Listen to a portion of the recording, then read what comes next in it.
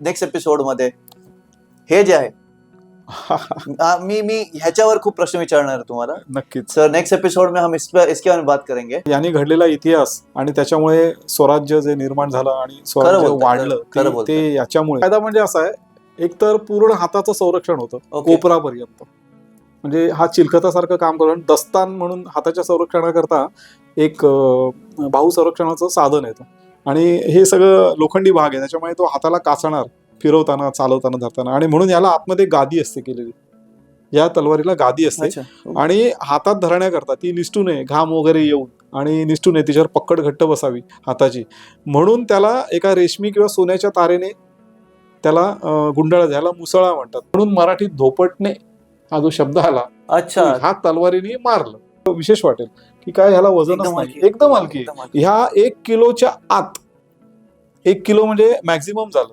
वजनीचं. जास्तीत जास्त 1 kilo 100 gram, 1 kilo 200 gram असू शकतं, पण 1 किलोच्याच आत असलेल्या ह्या तलवारी असतात ज्या धोप आहेत. आपण मारामारी करताना पंच, बरोबर बरोबर बरोबर, पंचने मारामारी करतो, तर तुम्हाला 7-8 पंच मारल्यानंतर तो माणूस गारद होईल कदाचित. एका पंच मध्ये ताकदीवर प्रत्येकाच्या. त्या पंचला हे दिलेलं एक्सटेन्शन आहे. अशी म्हणजे मोठी शस्त्र आणि अशी पुत्रिका ही सगळी लहान शस्त्र. करस्य बलम, करस्य बलम, करबल, करस्य बलम, करबल, करबल, करवाल, करवाल, तरवार, तलवार, तरवार, तरवाल आणि मग तलवार. शस्त्रांबद्दल इन्फॉर्मेशन घेणार आहोत सरांकडनं, जी शस्त्रे त्यांच्याकडे आहेत आणि मोर दॅन 600 प्रदर्शन तेही केलेले आहेत across India and India, Maharashtra, south India, north India. तो सर हे जे आपण बघतोय, सांगाल का हे काय आहे? आई एम कंफ्यूज, शायद मूवी में मैंने देखा रहेगा ये, पर इसका ये धातु कौन सा है? थोडा ही कट्यार आहे आणि हे मराठ्याचं अशी अतिशय आवडतं असं शस्त्र आहे कट्यार. याचा धातू म्हणाल ना तर धातू खूप महत्वाची गोष्ट आहे शस्त्रांमध्ये. हे स्टील आहे, म्हणजे ज्याला पोलाद म्हणतात. हे स्टील आहे, स्टील आहे, हे पोलाद आहे. त्यामुळे तुम्ही जर बघाल तर याचा जो आवाज आहे हा पोलादाचा, तर तुम्हाला तो येईल. सर एवढं जोरात वाजवू नका, घाबरून पळून जाईल मी. तर हे अस्सल पोलाद आहे. याच्यामध्ये काही प्रमाणामध्ये कार्बन त्याच्यामध्ये मिसळलेलं असतं, कारण त्याचं ते कठीण असावं, त्याच्यानंतर त्याला क्रॅक जाऊ नये, त्याच्यानंतर वजनाला हलका असावं. बघा, मी खूप महत्वाची गोष्ट, शस्त्र ही वजनाला अतिशय हलकी असतात, वजनाला ते कमी असतं आणि अशा अनेक गुणधर्म त्याच्यामध्ये आहेत. ते वाकत नाही, तुटत नाही, त्याला आणि त्याची धार खूप शार्प असते आणि ती राहते बराच काळ. तर त्याच्यानंतर याच्यावरती नक्षीकाम पूर्वी राजे महाराजे करायचे, सोन्या चांदीचं वगैरे, अशा बऱ्याच प्रकारच्या कट्यारींचे भरपूर प्रकार बघायला मिळतात. पण कट्यार जसं शर्टाच्या खिशाला पेन असतं ना, तसं पूर्वीचे लोक त्यांच्या कमरेच्या शेल्याला ह्या कट्यारी कायम असायच्या. म्हणून तुम्ही शिवाजी महाराजांचं चित्र विशेषतः बघितलं किंवा त्या काळातली जी काही चित्र पाहायला मिळतात तत्कालीन, तर त्या चित्रांमध्ये, शिल्पांमध्ये कमरेला ही कट्यार असतेच प्रत्येक माणसाच्या. त्याच्यामुळे कट्यार हे अतिशय महत्वाचं शस्त्र त्या काळामध्ये. तशी ही कट्यार, आणि ह्याच्यात अनेक प्रकार आहेत. इथे ही जी कट्यार बघाल तुम्ही दुसरी, तर अशा रीतीने ही दुसरी कट्यार तुम्ही पाहिली असेल, तर हिचं जे पात आहे, म्हणजे हे जे ब्लेड आहे, हे तुटलेल्या तलवारीपासून बनवलं. कारण या ज्या आपल्याकडे तलवारी घेतल्या जात होत्या, तर या तलवारींच्या काही ब्लेड या फॉरेनहून आलेल्या होत्या, इम्पोर्टेड ब्लेड होत्या. त्याच्यामुळे त्याला किंमतही तशीच मोजायला लागायची. त्याच्यामुळे अशी तलवार जर तुटली, अशा बेगी कोणती तलवार, तर ती जाऊ द्यायची नाही, काटकसर इथे. तर त्या तलवारीपासून हे कट्यार बनवलेले, इथे रिबिटिंग आहे पात्याला, त्याच्यामुळे अशा रीती शस्त्र पण बनवते. तर कट्यार हे असं एवढं शस्त्र आहे महत्वाचं की वेगवेगळ्या पद्धतीच्या कट्यारी बनल्या, नक्षीकामाच्या अशा साध्या कट्यारी अशा खूप बघायला मिळतात. मी जरा बघू का एकदा तुमची परमिशन? का नाही, बघू शकता तुम्ही.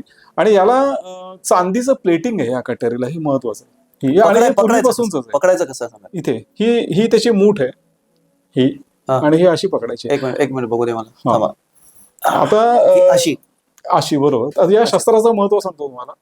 आपण मारामारी करताना पंच, बरोबर बरोबर बरोबर, पंचने मारामारी करतो, तर तुम्हाला 7-8 पंच मारल्यानंतर तो माणूस गारद होईल कदाचित. एका पंच मध्ये ताकदीवर प्रत्येकाच्या.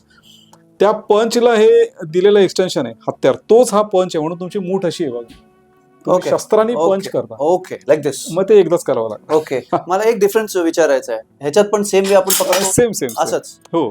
तर आता ह्या कट्यारीचं काय डिफरन्स म्हणजे कोणत्या लढाईसाठी ही वापरत होतो, कोणत्या लढाईसाठी नाही, ही असं काही नाही. सगळी शस्त्र सगळ्या लढाईला वापरायची. अच्छा. फक्त शस्त्रांमध्ये कसं म्हणजे आपण आज त्याच विषयामध्ये असणार आहोत. आसी आणि आसीपुत्रिक असे दोन मुख्य प्रकार धनुर्वेदात सांगितलेले आहेत. आसी म्हणजे सगळी मोठी शस्त्र, म्हणजे तलवार, ओके. दाणपट्टा, फरशी, गुर्ज, कुऱ्हाड, ह्या सगळ्या मोठ्या शस्त्रा यांना आसी म्हटलं जातं. आणि आसीपुत्रिका, तर ही जी कट्यार आहे आसीपुत्रिकामध्ये जाते. मग जंबिया, चिलानम, पेशकवच, वाघनक, ही सगळी आसी म्हणजे लहान शस्त्र. तर अच्छा, आसी त्याच्यामध्ये म्हणजे लहान शस्त्र. हा, आसी म्हणजे लहान शस्त्र, आसी म्हणजे मोठी शस्त्र, आणि अच्छा. आसीपुत्रिका ही सगळी लहान शस्त्र. अच्छा, अशी पुत्रिका म्हणजे आसीपुत्रिका छोटी ह्या शस्त्र. सगळी लहान शस्त्र. म्हणून त्याला अशी पुत्रिका वर्ड हा, दिला. आसीपुत्रिका असं पुत्रिका म्हटलेलं आहे. पुत्र म्हणजे हा, son. म्हणजे लहान त्याच्यापेक्षा. अच्छा, that's why it said. Okay, बरोबर. अंडरस्टूड. तर अशा रीतीने ही शस्त्रांची वर्गीकरण त्या धनुर्वेदामध्ये ह्या मुख्य दोन प्रकारे केलेले. अच्छा. तर आसी आणि आसीपुत्रिका. तर आपण आज मला वाटतं आसीवरती आपण आज जर बोलूया, म्हणजे तो विषय जास्त खुलेल चांगला. म्हणजे मोठे शस्त्र जे आहेत. हा, मोठी शस्त्र आपण याच्यावर बोलूच नंतर. ते ह्याच्यावर आपण सेपरेट एपिसोड घेऊ सर. हो हो, नक्कीच नक्कीच आम्ही तुम्हाला नक्कीच. नाही, तो सोडणार- विषय आम्ही खूप तुम्हाला मोठा सोडणार आहे नाही. आणि आसीपुत्रिका खूप आहेत. आम्ही तुम्हाला सोडणार नाहीये. तुम्हाला वाटलं हा एपिसोड करून तुम्ही नाही, आम्ही अजून एपिसोड करणार तुमच्यावर. आम्हाला नॉलेज खूप मस्त, खूप नॉलेज आहे आणि I think everyone should know about it. हो, तर बरोबर. म्हणजे आसी बद्दल सांगा, काय कोणते त्याच्यात होय. तलवारी येतात, हा. भाले येतात.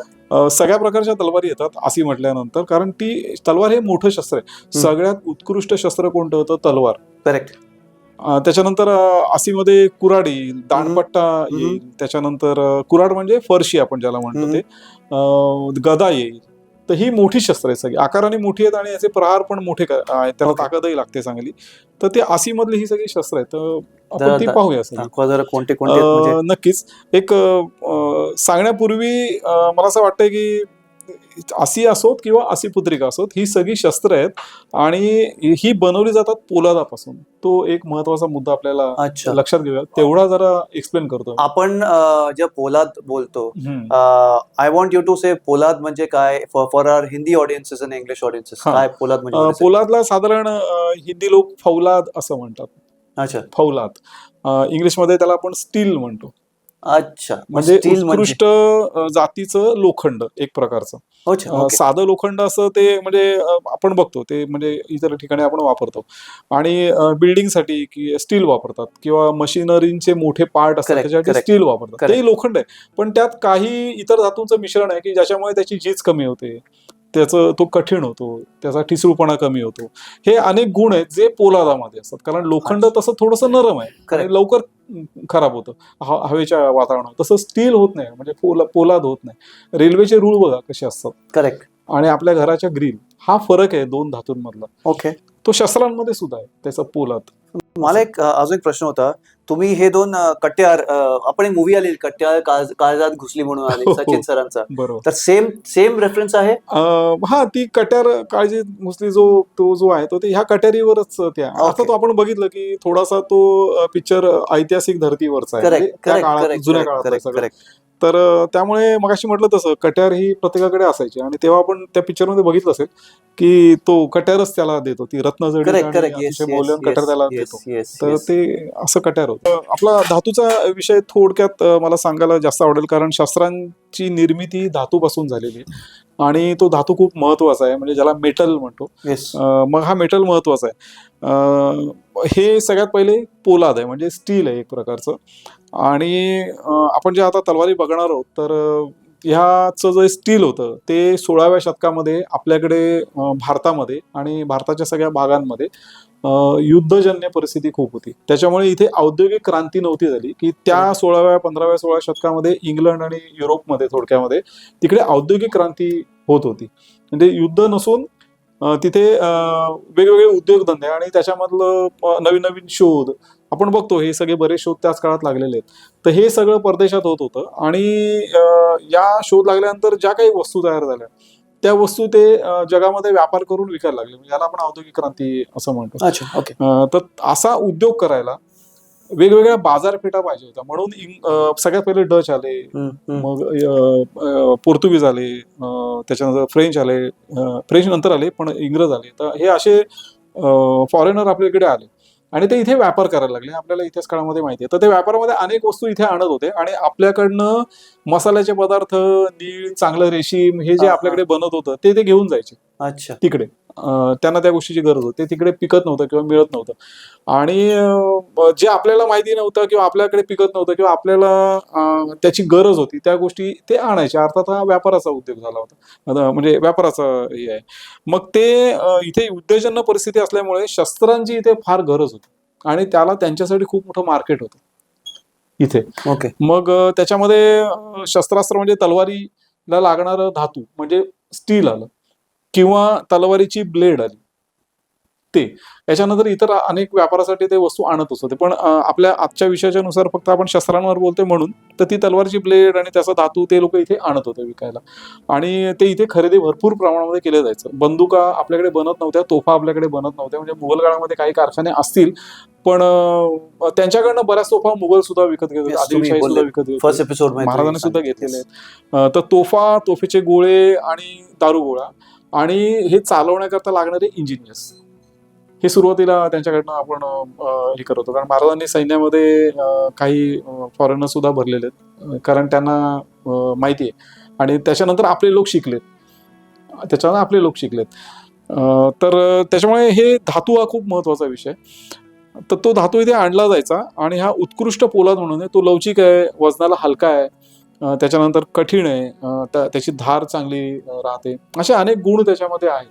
आणि म्हणून शिवकाळामध्ये काही शिवकाळाच्या आधीच म्हणजे अगदी आपण 15व्या शतकापासून म्हणू शकतो, 15व्या शतकापासून शस्त्रांच्या ज्या ब्लेड्स आहेत किंवा पूर्ण शस्त्र आहे हे परदेशी बनावटीचं पाहायला मिळतं.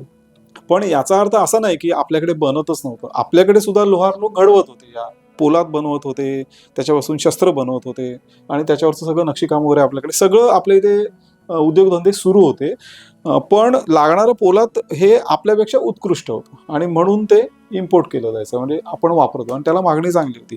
आणि अशा इम्पोर्ट केलेल्या पोलादाची ब्लेड्स आज वेगवेगळ्या संग्रहालयांमधनं, संग्राहकांकडे, माझ्याकडच्या सुद्धा संग्रहामध्ये तुम्हाला या ब्लेड्सची म्हणजे बघायला मिळतील. या ब्लेड्सवर इंग्लिश कंपन्यांचे मार्क्स आहेत. अच्छा. मार्किंग असतं त्याच्यामध्ये. जसं आपल्याला आता एक कंपनीचं नाव माहिती आहे, दाढीचं ब्लेड बनवणारी एक विल्किन्सन नावाची, विल्किन्सनची ब्लेड्स अजूनही मिळतात. ती ही विल्किन्सन कंपनी मुळात तलवार बनवणारी. अच्छा, ते तलवार इंग्लंड म्हणजे पूर्वीपासूनची. जर्मनमध्ये सॉलिंजेन म्हणून एक ब्लेड्स, सिटी ऑफ ब्लेड्स असं त्याला म्हणतात, सॉलिंजेन म्हणून एक आजही सॉलिंजेन आहे. त्याची ब्लेड खूप फेमस होती जगामध्ये. आणि मोठी गोष्ट सांगायची म्हणजे आमच्याकडच्या दाणपट्ट्यांना, इथे दाणपट्टा आहे नंतर दाखवतो मी, या दाणपट्ट्यांची जी ब्लेड आहेत ही बरीचशी जर्मन ब्लेड आहेत. सॉलिंजेन त्याच्यावर कंपनी लिहिलेलं असतं. ही संग्रहालयामध्ये बघायला मिळतात. आपण शस्त्र वरच्यावर बघून पुढे निघून जातो, पण आज मला या गोष्टी तुमच्या समोर मांडता येतात. म्हणजे यापुढे तुम्ही जेव्हा जाल तेव्हा तुम्ही बघाल तर ती सॉलिंजेन ब्लेड आहेत त्या ठिकाणी. सिरियामध्ये ब्लेड बनत होती, इराणच्या आणि त्या भागामध्ये. त्याच्यानंतर अशा बऱ्याच कंपन्या होत्या तिकडे होत्या आणि काही लोक म्हणजे व्यापार ट्रेडिंग करायचे, म्हणजे इकडे बनलेली ब्लेड विकत घ्यायची आणि तिकडे नेऊन विकायची. इंग्रज हे त्यातले होते, त्यांच्या देशात काही या निर्मिती होत नव्हत्या, पण दुसऱ्या घेऊन वायकिंग सॉर्ट्स त्यांच्याकडे होत्या. तर त्याची ब्लेड खूप महत्वाची. वायकिंग सॉर्टची ब्लेड आणि आपल्या काही तलवारीची ब्लेड एकसारखीच, म्हणजे तीच ब्लेड आहेत. म्हणजे तर असं जे धातू प्रकार आहे हा अशा रीतीने इम्पोर्ट केला जायचा आणि आमच्याकडे बनत होता. आता याच्यातली एक गोम आहे ती मला सांगायला आवडेल. म्हणजे आपण असं म्हणतो काखेत कळसा गावाला वळसा, असा प्रकार थोडक्यात आहे की धातू चांगला हवा, पोलाद हवं असं आपण म्हणतोय आणि हे सगळं आपण इम्पोर्ट करत होतो. साधारण 10व्या-12व्या शतकापासून इस्लामी आक्रमण झालं, त्याच्यामध्ये आमच्या इथले उद्योगधंदे आणि अनेक गोष्टी बुडाल्या, शास्त्र गेलं, ते काम करणारे लोक होते, ते सगळं म्हणजे हे सगळं लुप्त झालं. कारण हे आक्रमण इतकं भयंकर आहे की आमची समाज व्यवस्थाच बिघडली आणि त्याच्यामुळे ही शस्त्र निर्मिती थांबली. खरं तर ह्या जगाला लागणारं पोलाद भारत पुरवत होतं. अच्छा, पूर्ण वर्ल्डला, पूर्ण जगाला भारतामधून पोलाद तिकडे जात होतं आणि पूर्वीचे लोक व्यापार करायचे, म्हणजे हे चक्र उलट फिरलं होतं. याचं कारण असं होतं की याची उदाहरणं मिळतात. आता तुम्हाला एक थोडक्यात याचं उदाहरण देईल की आम्हाला पोलाद माहिती होतं. मगाशी शस्त्र निर्मितीचा पहिल्या एपिसोडमध्ये आपण बघितलं की सिंधू संस्कृतीमध्ये एक ब्रॉन्झची मूर्ती मिळालेली आहे नर्तिकेची. आणखी काही तलवारी आणि भाले तांब्याच्या असं मिळालेलं आहे. आता सिंधू संस्कृती काही लोक त्याच्याही आधी 8,000 वर्षापूर्वी जात आहेत.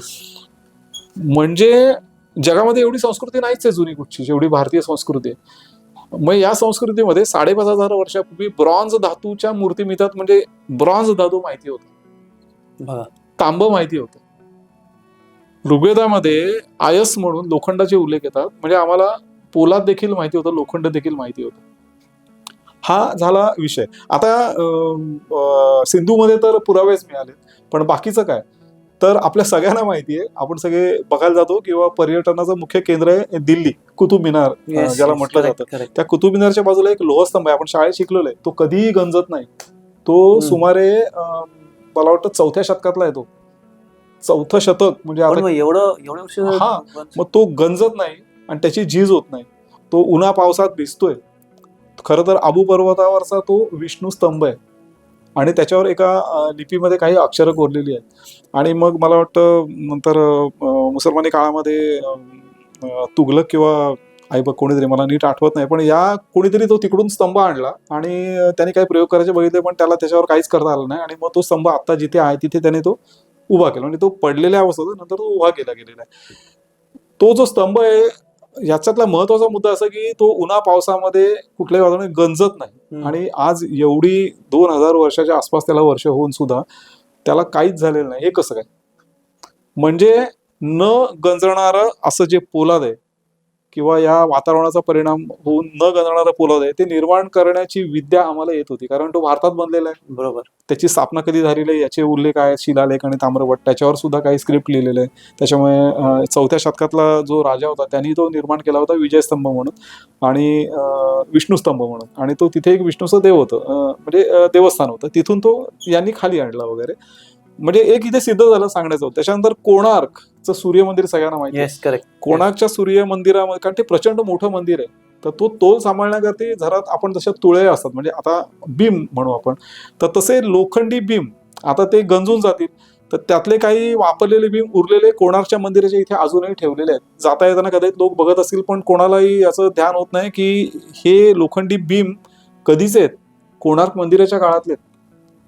म्हणजे त्याला इतके वर्ष झाली ते उन्हातानात पडून आहेत, तेही गंजत नाहीत. तर अशी अनेक, हैदराबादच्या ठिकाणी सुद्धा अशी अनेक उदाहरणं बघायला मिळतात की लोखंड किंवा हे जे पोलाद आहे याच्यापासून बनलेल्या वस्तू आहेत. आणि हे 4थ्या शतकातल्या, 8व्या शतकातल्या, 10व्या शतकातल्या अशा ह्या वस्तू आहेत. तर म्हणजे सांगण्याचा उद्देश असा आहे की भारतीयांना पोलाद निर्मिती चांगल्या प्रकारे माहिती होती, कारण पोलाद निर्माण करण्याकरता लागणारं खनिज भारतातच मिळते आणि हे खनिज आम्ही एक्सपोर्ट करत होतो. आणखी एक पटकन जाता आता उदाहरण मला द्यायला जास्त आवडेल. सिकंदर आणि पौरसाचं युद्ध आम्हाला सगळ्यांना माहिती. मग ते सगळं झालं, मग तो त्याने त्या सिकंदरनी विचारलं की तुझ्याशी मी कसा हो, कारण त्याचं शौर्य बघून तो एक वीर आहे, प्रसन्न झाला होता. तुम्हाला काय, तुझ्याशी कशी वागणं? तर त्याने पौरसाने दिलेलं उत्तर माहिती की मला राजासारखं वागवा, तू राजा आहेस, मी राजा, त्यामुळे राजासारखं मला वागव. त्याच्या या उत्तरावर तो खुश झाला की युद्ध कैदी असून सुद्धा याचा स्वाभिमान केवढा जबरदस्त आहे. म्हणजे आज त्याच्या आयुष्यामध्ये जो जिंकत आला होता जग भारतापर्यंत, असा मनुष्य आणि असे लोक त्याने बघितले नव्हते लढणारे. आणि म्हणून तो वीर एका वीरावरती प्रसन्न झाला आणि त्याने त्याचं राज्य परत देऊन टाकलं पौरसाचं. हे आपल्या सगळ्यांना इतिहास माहिती आहे, पण तो काहीतरी खंडणी किंवा काहीतरी नेणारच त्याच्याकडनं. मग पौरसाकडनं त्यांनी काय नेलं? भारतात सोनं, चांदी, रेशीम अनेक गोष्टी होत्या, किंवा स्त्रिया म्हणू, कारण त्यावेळी रीत होती. पण त्यांनी काही यातलं नेलेलं नाही. तर त्यांनी पौरसाकडे काय मागणी केली? तर त्याने 3,500 पाऊंड इतकं लोखंड दे मला. म्हणजे जग जिंकायला आलेला लोखंड घेऊन गेला. ते लोखंड होतं का? पोलाद होतं, कारण त्याची सेना होती आणि त्याला शस्त्रांची गरज होती आणि त्याच्यासाठी ते सोनं होतं. आणि म्हणून पौरसाकडनं इथे मिळणारं उत्कृष्ट पोलाद तो घेऊन गेलेला आहे. म्हणजे आमच्या इथे पोलाद बनत होतं, याचं हे मुख्य उदाहरण आहे. तर या घटना अशा आहेत की याच्यामध्ये लक्षात येतं की आम्ही उत्कृष्ट पोलाद बनवत होतो, कारण उत्कृष्ट पोलाद करता लागणारं जो धातू आहे तो खनिज आमच्या इथे मिळत होतं. आता गंमत इथून चालू होती. ही जी ब्लेड येत आहेत आमच्याकडे, ही जी ब्लेड येत आहेत, या ब्लेड्सला इंग्लिशमध्ये वुड्स असं म्हणतात. वुड्स पोलाद हे सगळ्यात टॉप क्वालिटीचं पोलाद मानलं जातं आजही. वुड्स असं म्हटलं जातं. आणि याची शस्त्र किंवा त्यांची ब्लेड्स बनवली जाते. त्याच्याबरोबर दमस्कस होतं. त्याच्यानंतर त्याला बरीच नावं आहेत. मग हे जे पर्शियातले लोक आहेत ते सुद्धा हे घेऊन जायचे आणि त्याच्यामुळे तिथे ब्लेड बनली जायची सिरियामध्ये.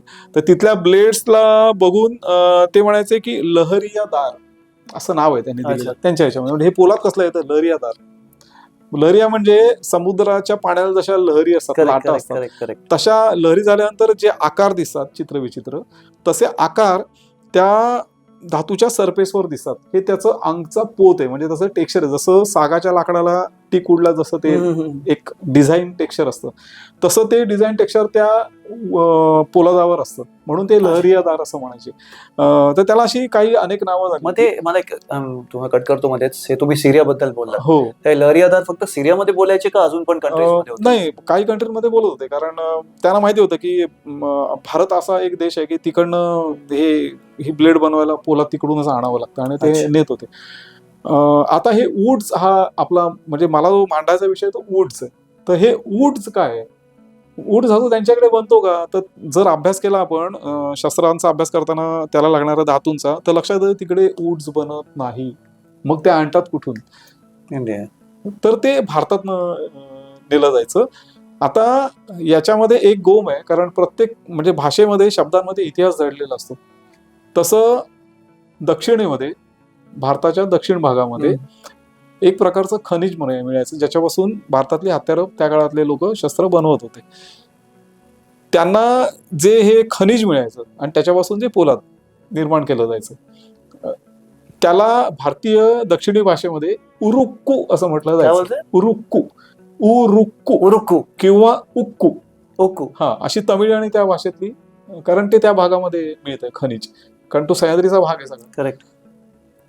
हे उरुक्कू अरबांनी आणि त्या सगळ्या जेवढे इथे आक्रमक आले आणि व्यापारी हे उरुक्कू घेऊन गेले आणि वूड्स म्हणून आम्हाला दिलं. हे वूड शब्दाची निर्मिती या उरुक्कू शब्दात आहे. हे याला आपण इतिहास म्हणतो. म्हणजे हे इतिहासाचे दडलेले पुरावे असतात, ते आपल्याला शोधून काढावे लागतात.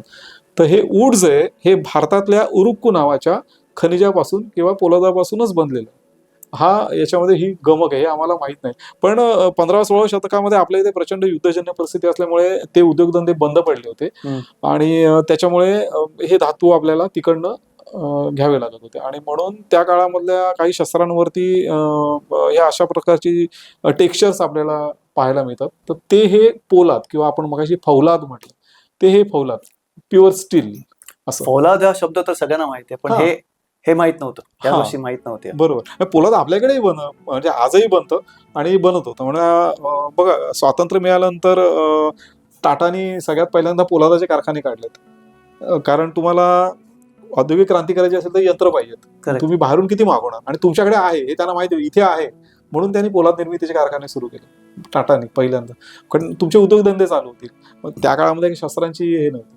पण मग दमस्कस वगैरे आहेत. मग आता गन मेटल आपण ज्याला म्हणतो, ते दमस्कस आहे. ते उत्कृष्ट स्टील आहे, कारण बंदुकीची गोळी सुटते त्यावेळी बंदूक प्रचंड तापते, फुटू शकते वगैरे. ह्या सगळ्याला सहन करणारं असं मेटल पाहिजे, म्हणजे पोलाद पाहिजे. म्हणून बंदुकींच्या नळ्या जर तुम्ही बघितल्या तर त्या सगळ्या दमस्कस आणि ह्या अशा सगळ्या गन मेटल ज्याला म्हटलं जातं, अशा रीतीच्या याच्या आहे. त्यामुळे पोलाद हे भारतीयांना फार प्राचीन काळापासून माहिती होतं आणि स्वतःही त्यापासून शस्त्र बनवतं. त्याच्यामुळे भारताची शस्त्र परंपरा मोठी खूप. असं मला विचारायचं होतं की तुम्ही बोलले वर्ल्ड वाईड आपण त्यांना एक्सपोर्ट करत होतो. हो. आज स्पेसिफिक कंट्रीज होत्या जिकडे जास्त कॉन्सन्ट्रेशन होतं या बाबतीत? म्हणजे इम्पोर्ट केले जायचे, एक्सपोर्ट केले जायचे इथे. एक्सपोर्टमध्ये साधारण म्हणजे आजचं इराण वगैरे भाग आहे ना, कारण या ठिकाणी, कारण कसं होतं तुम्ही बघाल ना त्यावेळेचा जगाचा इतिहास, तर पर्शियाच्या बाजूनी जी राष्ट्र होती, मग ग्रीकांनी, रोमन वगैरे, हे सगळं तो एक भाग आहे तिथला. आणि चीन हा खूप भारतापासून प्रचंड, आज म्हणजे आजच्या चीनच्या सीमा आणि तेव्हाच्या याच्यामध्ये जमीन आसमानचा फरक आहे. तेव्हा चीन भारतापासून प्रचंड दूर होता, म्हणजे जवळजवळ दोन संस्कृतींचा काही संबंधच नव्हता. तर हे वूड्स अशा रीतीने त्यावेळी इस्टॅब्लिश झालेलं होतं आणि तो विषय चालू होता. मी तुम्हाला थोडक्यात, म्हणजे आता तुम्ही प्रश्न विचारलात म्हणून, कारण हे नकाशाद्वारेच समजू शकतं आपल्याला. एक आपण थोडक्यात दाखवतो मी, म्हणजे लक्षात येईल.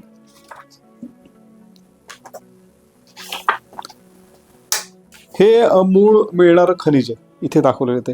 याच्यामध्ये काही प्रमाणामध्ये त्याच्यामध्ये कार्बन निसर्ग आता उपलब्ध हे बोलतो असतं. हा, हे वुड्स, हे तलवारीच्या ब्लेडचा हा क्लोजअप घेतलेला आहे. तर हे असं पाण्याच्या लाटांसारखं टेक्स्चर दिसतंय तुम्हाला, हे अशा रीतीचं दिसतं. आणि हे वुड्स पोलादाचे गोळे आहेत. म्हणजे लोखंड आणि कार्बन हे नैसर्गिकरित्या, कारण आपल्या इकडे सह्याद्री पुन्हा खूप मोठा विषय हा, म्हणजे कसा प्रत्येक वेळेला तो अटॅच आहे. सह्याद्री आहे, सह्याद्रीची निर्मिती ही लावारसातून झालेली आहे. आणि लावारसामध्ये अनेक मूलद्रव्य आणि खनिजे त्याच्यामध्ये येत आहेत, आणि मग ते गोठून सह्याद्री निर्माण झालेलं आहे. आणि त्याचे विविध प्रकार खनिजाचे, हे सगळं आपल्याला हे गडकिल्ले फिरताना, हा परिसर फिरताना लक्षात येतो.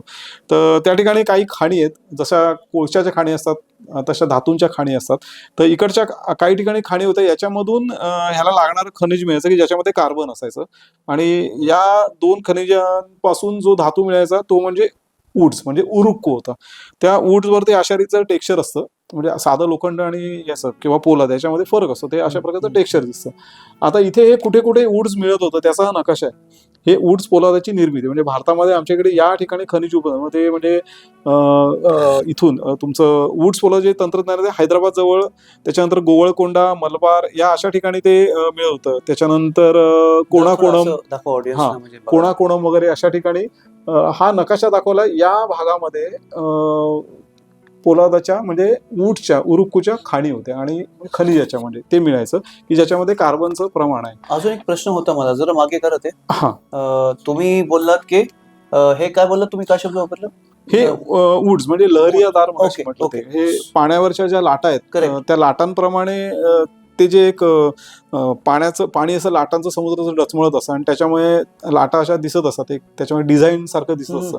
तर तसंच दिसतं त्याच्यावर टेक्स्चर. तर हे प्रत्येक तलवारींमध्ये असतं? हे प्रत्येक अशा नाही, काही तलवारींमध्ये. तेच मला काही वुडच्या असायच्या, म्हणजे कारण वेगवेगळं पोलं होतं. आता जर्मनीमध्ये सॉलिंजियन ब्लेड ते वेगळं आहे, दमस्कस वेगळं आहे, अशा रीतीचं आहे. तर हे बघा, इथे एक तलवारीचं पात आहे आणि हे वुड्स म्हणजे हे खनिज, वुड्सचे गोळे, आणि ते मटेरियल, रॉ मटेरियल बनवलेलं आहे आणि त्यापासून हे तलवार. याच्यावर बघा, याच्यावर तुम्हाला त्या लाटा दिसतील. म्हणजे आता इथे कॅमेरा दिसणार नाही, पण आपण ते नंतर म्हणजे याचे क्लोजअप दाखवता येतील. एक मी घेऊ का, एक तलवार घेऊ आता जरा? हा, घेता येईल ना. कोणती घेऊ सांगा तुम्ही? कुठली घ्या, ही घे.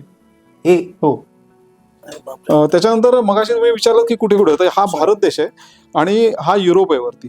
तर ह्या भारतामधून युरोपमध्ये सगळं वुड्स जे आहे, खनिज, हे खनिज म्हणजे कच्चा माल, खनिज तिकडे जायचं आणि मग त्या खनिजापासून ते तलवारीच्या ब्लेड्स किंवा शस्त्र बनवायचे आणि ते त्यांच्याकरता पण वापरायचे. आणि नंतरच्या काळामध्ये त्यांनी ते इथे आणून सुद्धा त्याचा व्यापार करायला सुरुवात केली, त्यामुळे ते निर्यात करत होतो. प्रश्न होता मला, तुम्ही हे बोललेत म्हणून, आता ह्याच्यात कुठे मला दिसेल ते तुम्ही याच्यात? आता म्हणजे या जे तलवारीवर टेक्स्चर आहे, तर याला जवेर असं सुद्धा म्हणतात. जवेर टेक्स्चरला का तलवारला? नाही, त्याच्या टेक्स्चरला.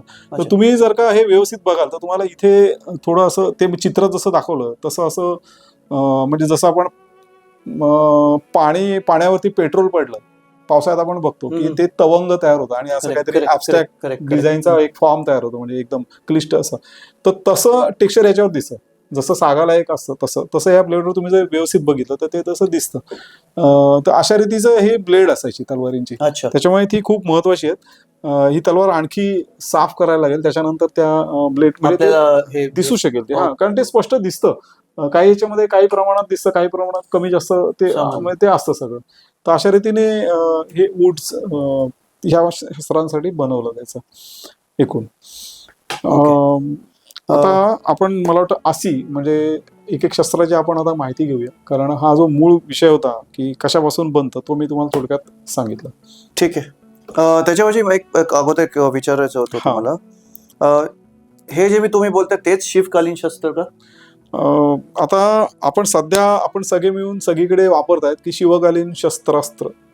तर एक एखादा म्हणजे एक सामायिक शब्द वापरायला ठीक आहे, पण इतिहासाच्या दृष्टिकोनातनं किंवा अभ्यासाच्या दृष्टिकोनातनं आपण जर गेलो तर प्राचीन भारतीय शस्त्र ही निराळी आहेत. आणि 10व्या-12व्या शतकामध्ये इस्लामी आक्रमण झालं आणि पर्शियन म्हणजे ते पर्शियामधनं आलेत, कारण त्यांचा देश मूळचा पर्शिया आहे आणि तिथल्या त्यांच्या संस्कृतीतली जी शस्त्र होती किंवा पर्शियातली जी शस्त्र होती ते त्यांच्याबरोबर त्यांची शस्त्र आली आणि त्यांनी आपल्याला म्हणजे जवळजवळ ते यायला 8व्या-9व्या शतकापासूनच आपल्या इथे लागले होते भारतामध्ये. अरब त्याच्याही पूर्वी येत होते. मग त्यावेळी ज्या काही वस्तू यायच्या त्याच्यामुळे शस्त्र सुद्धा यायचं. आक्रमणामुळे त्यांची सत्ता प्रस्थापित झाली इथे आणि त्याच्यामुळे तिकडून हा जो भरणा आहे त्यांच्या शस्त्रांचा हा प्रचंड प्रमाणामध्ये इथे झाला. पण इथे आल्यानंतर इथले लोक सुद्धा चांगले लढवय्ये होते. त्यांनी यांच्याबरोबर जबरदस्त टक्कर दिली. जो सुमारे 500-600 वर्ष सतत झुंज दिली त्या लोकांची. पण इथली संस्कृती संपलेली नाही. म्हणजे हे लोक लढाऊ तर आहेतच, परंतु यांची शस्त्र पण काही महत्वाची आहेत आणि म्हणून त्या शस्त्रांमधला चांगला भाग या आक्रमकांनी स्वीकारला.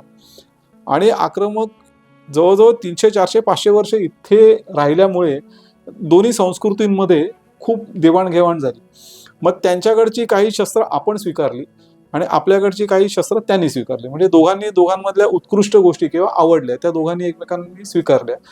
मग हे पर्शियातनं आलेले होते आणि म्हणून त्याच्यानंतर जी शस्त्र आहेत म्हणजे ज्याला आपण शिवकालीन म्हणतो, म्हणजे साधारण आपण असं म्हणतो 15व्या शतक म्हणायला काही हरकत नाही.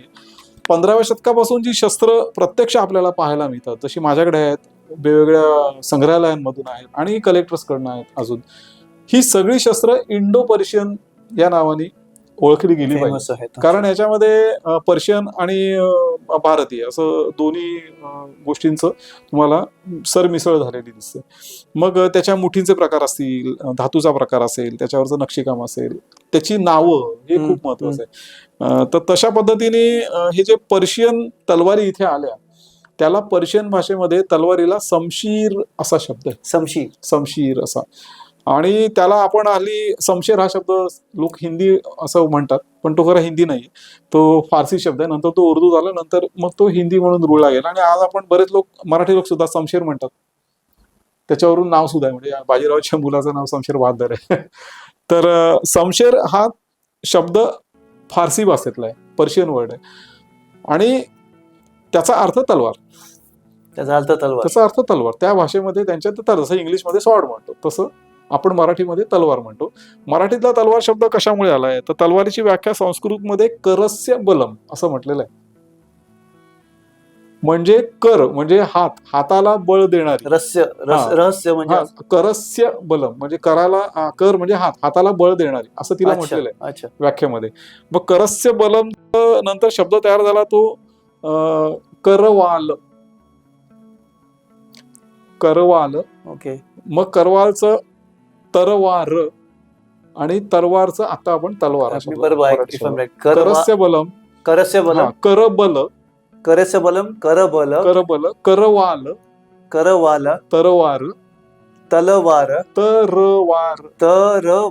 आणि मग तलवार. अच्छा, मग तलवार हा जो वर्ड होता इथून हा तो असा त्या शब्दाचा प्रवास आहे थोडक्यामध्ये. त्यामुळे ऐतिहासिक पुस्तकांमध्ये कधी कधी तरवार हा शब्द आपल्याला ऐकायला येतो, तर तो शब्द वापरत होता आणि त्याच्यानंतरचा जो शेवटचा शब्द आहे तो तलवार जो आपण त्याला म्हणतो. आता तलवार म्हटलं की समोर सगळ्यांच्या अशी ती वक्र तलवार येते. आता इथे म्हणजे अभ्यासाचा विषय हा असा असतो, आता ही तलवार वक्र आहे, ही भारतीय आहे का? अच्छा, ते माहित नाहीये आपल्याला. तर ही वक्र तलवारीचा प्रकार आहे हा अभारतीय तलवार. वक्र म्हणजे थोडं एक्सप्लेन करा. वक्र म्हणजे चंद्रकोरी सारखी ब्रॅकेट कसं असतो तसं. म्हणजे जशा इथे आता आपण एक घेऊ, ही समोरची ही आता जी आहे ही तलवार घेऊ, हिचा बघा, हिचा जो आकार आहे तो असा कर्व आहे, याला हा कर्व आहे. बरोबर.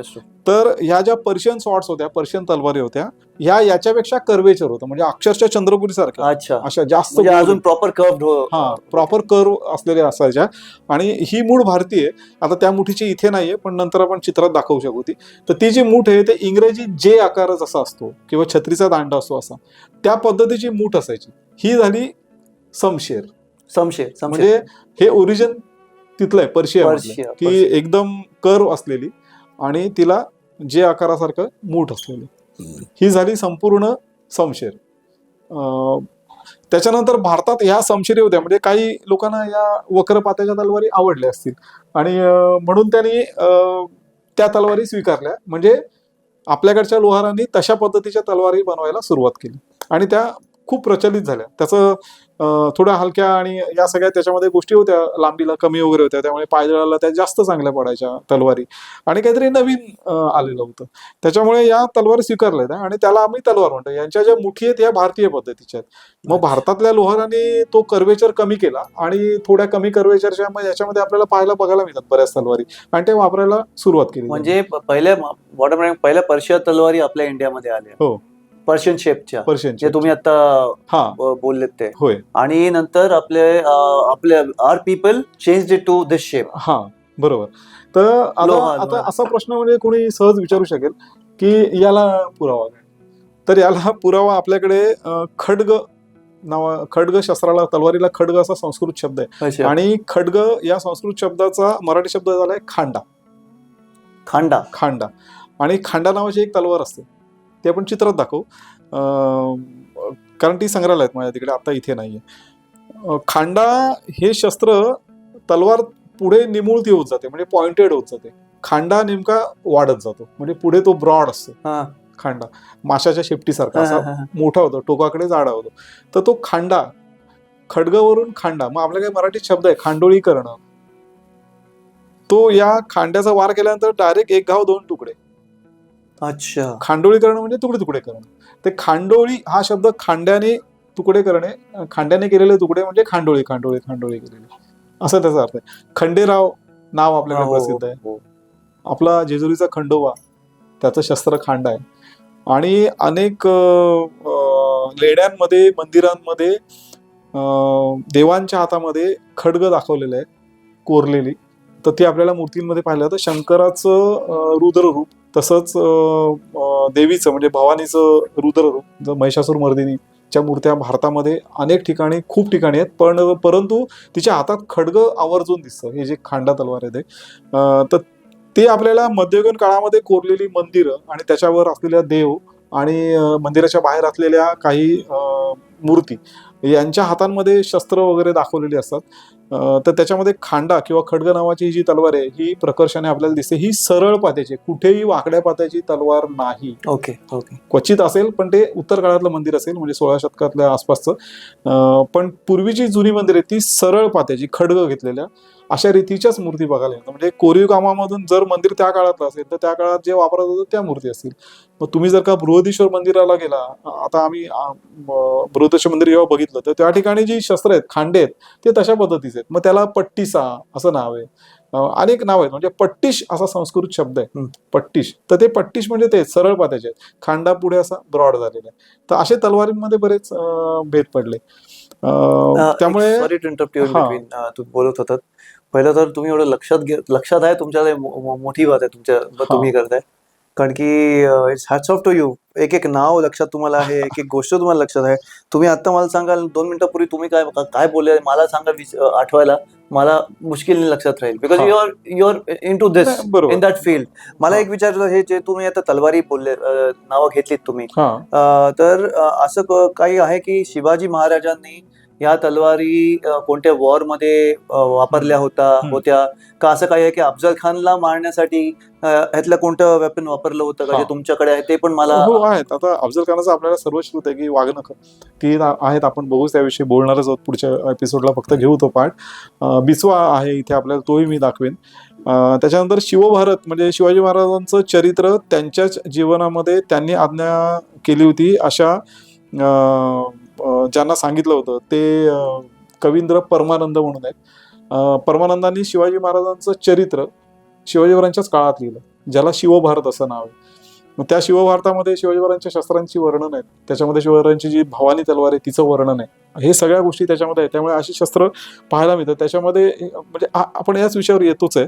हा जो खांडा आहे याचं शिवकाळातलं किंवा थोडं शिवकाळापूर्वीचं प्रगत रूप म्हणजे धोप नावाच्या तलवारी आपल्या इकडे तयार झाल्या.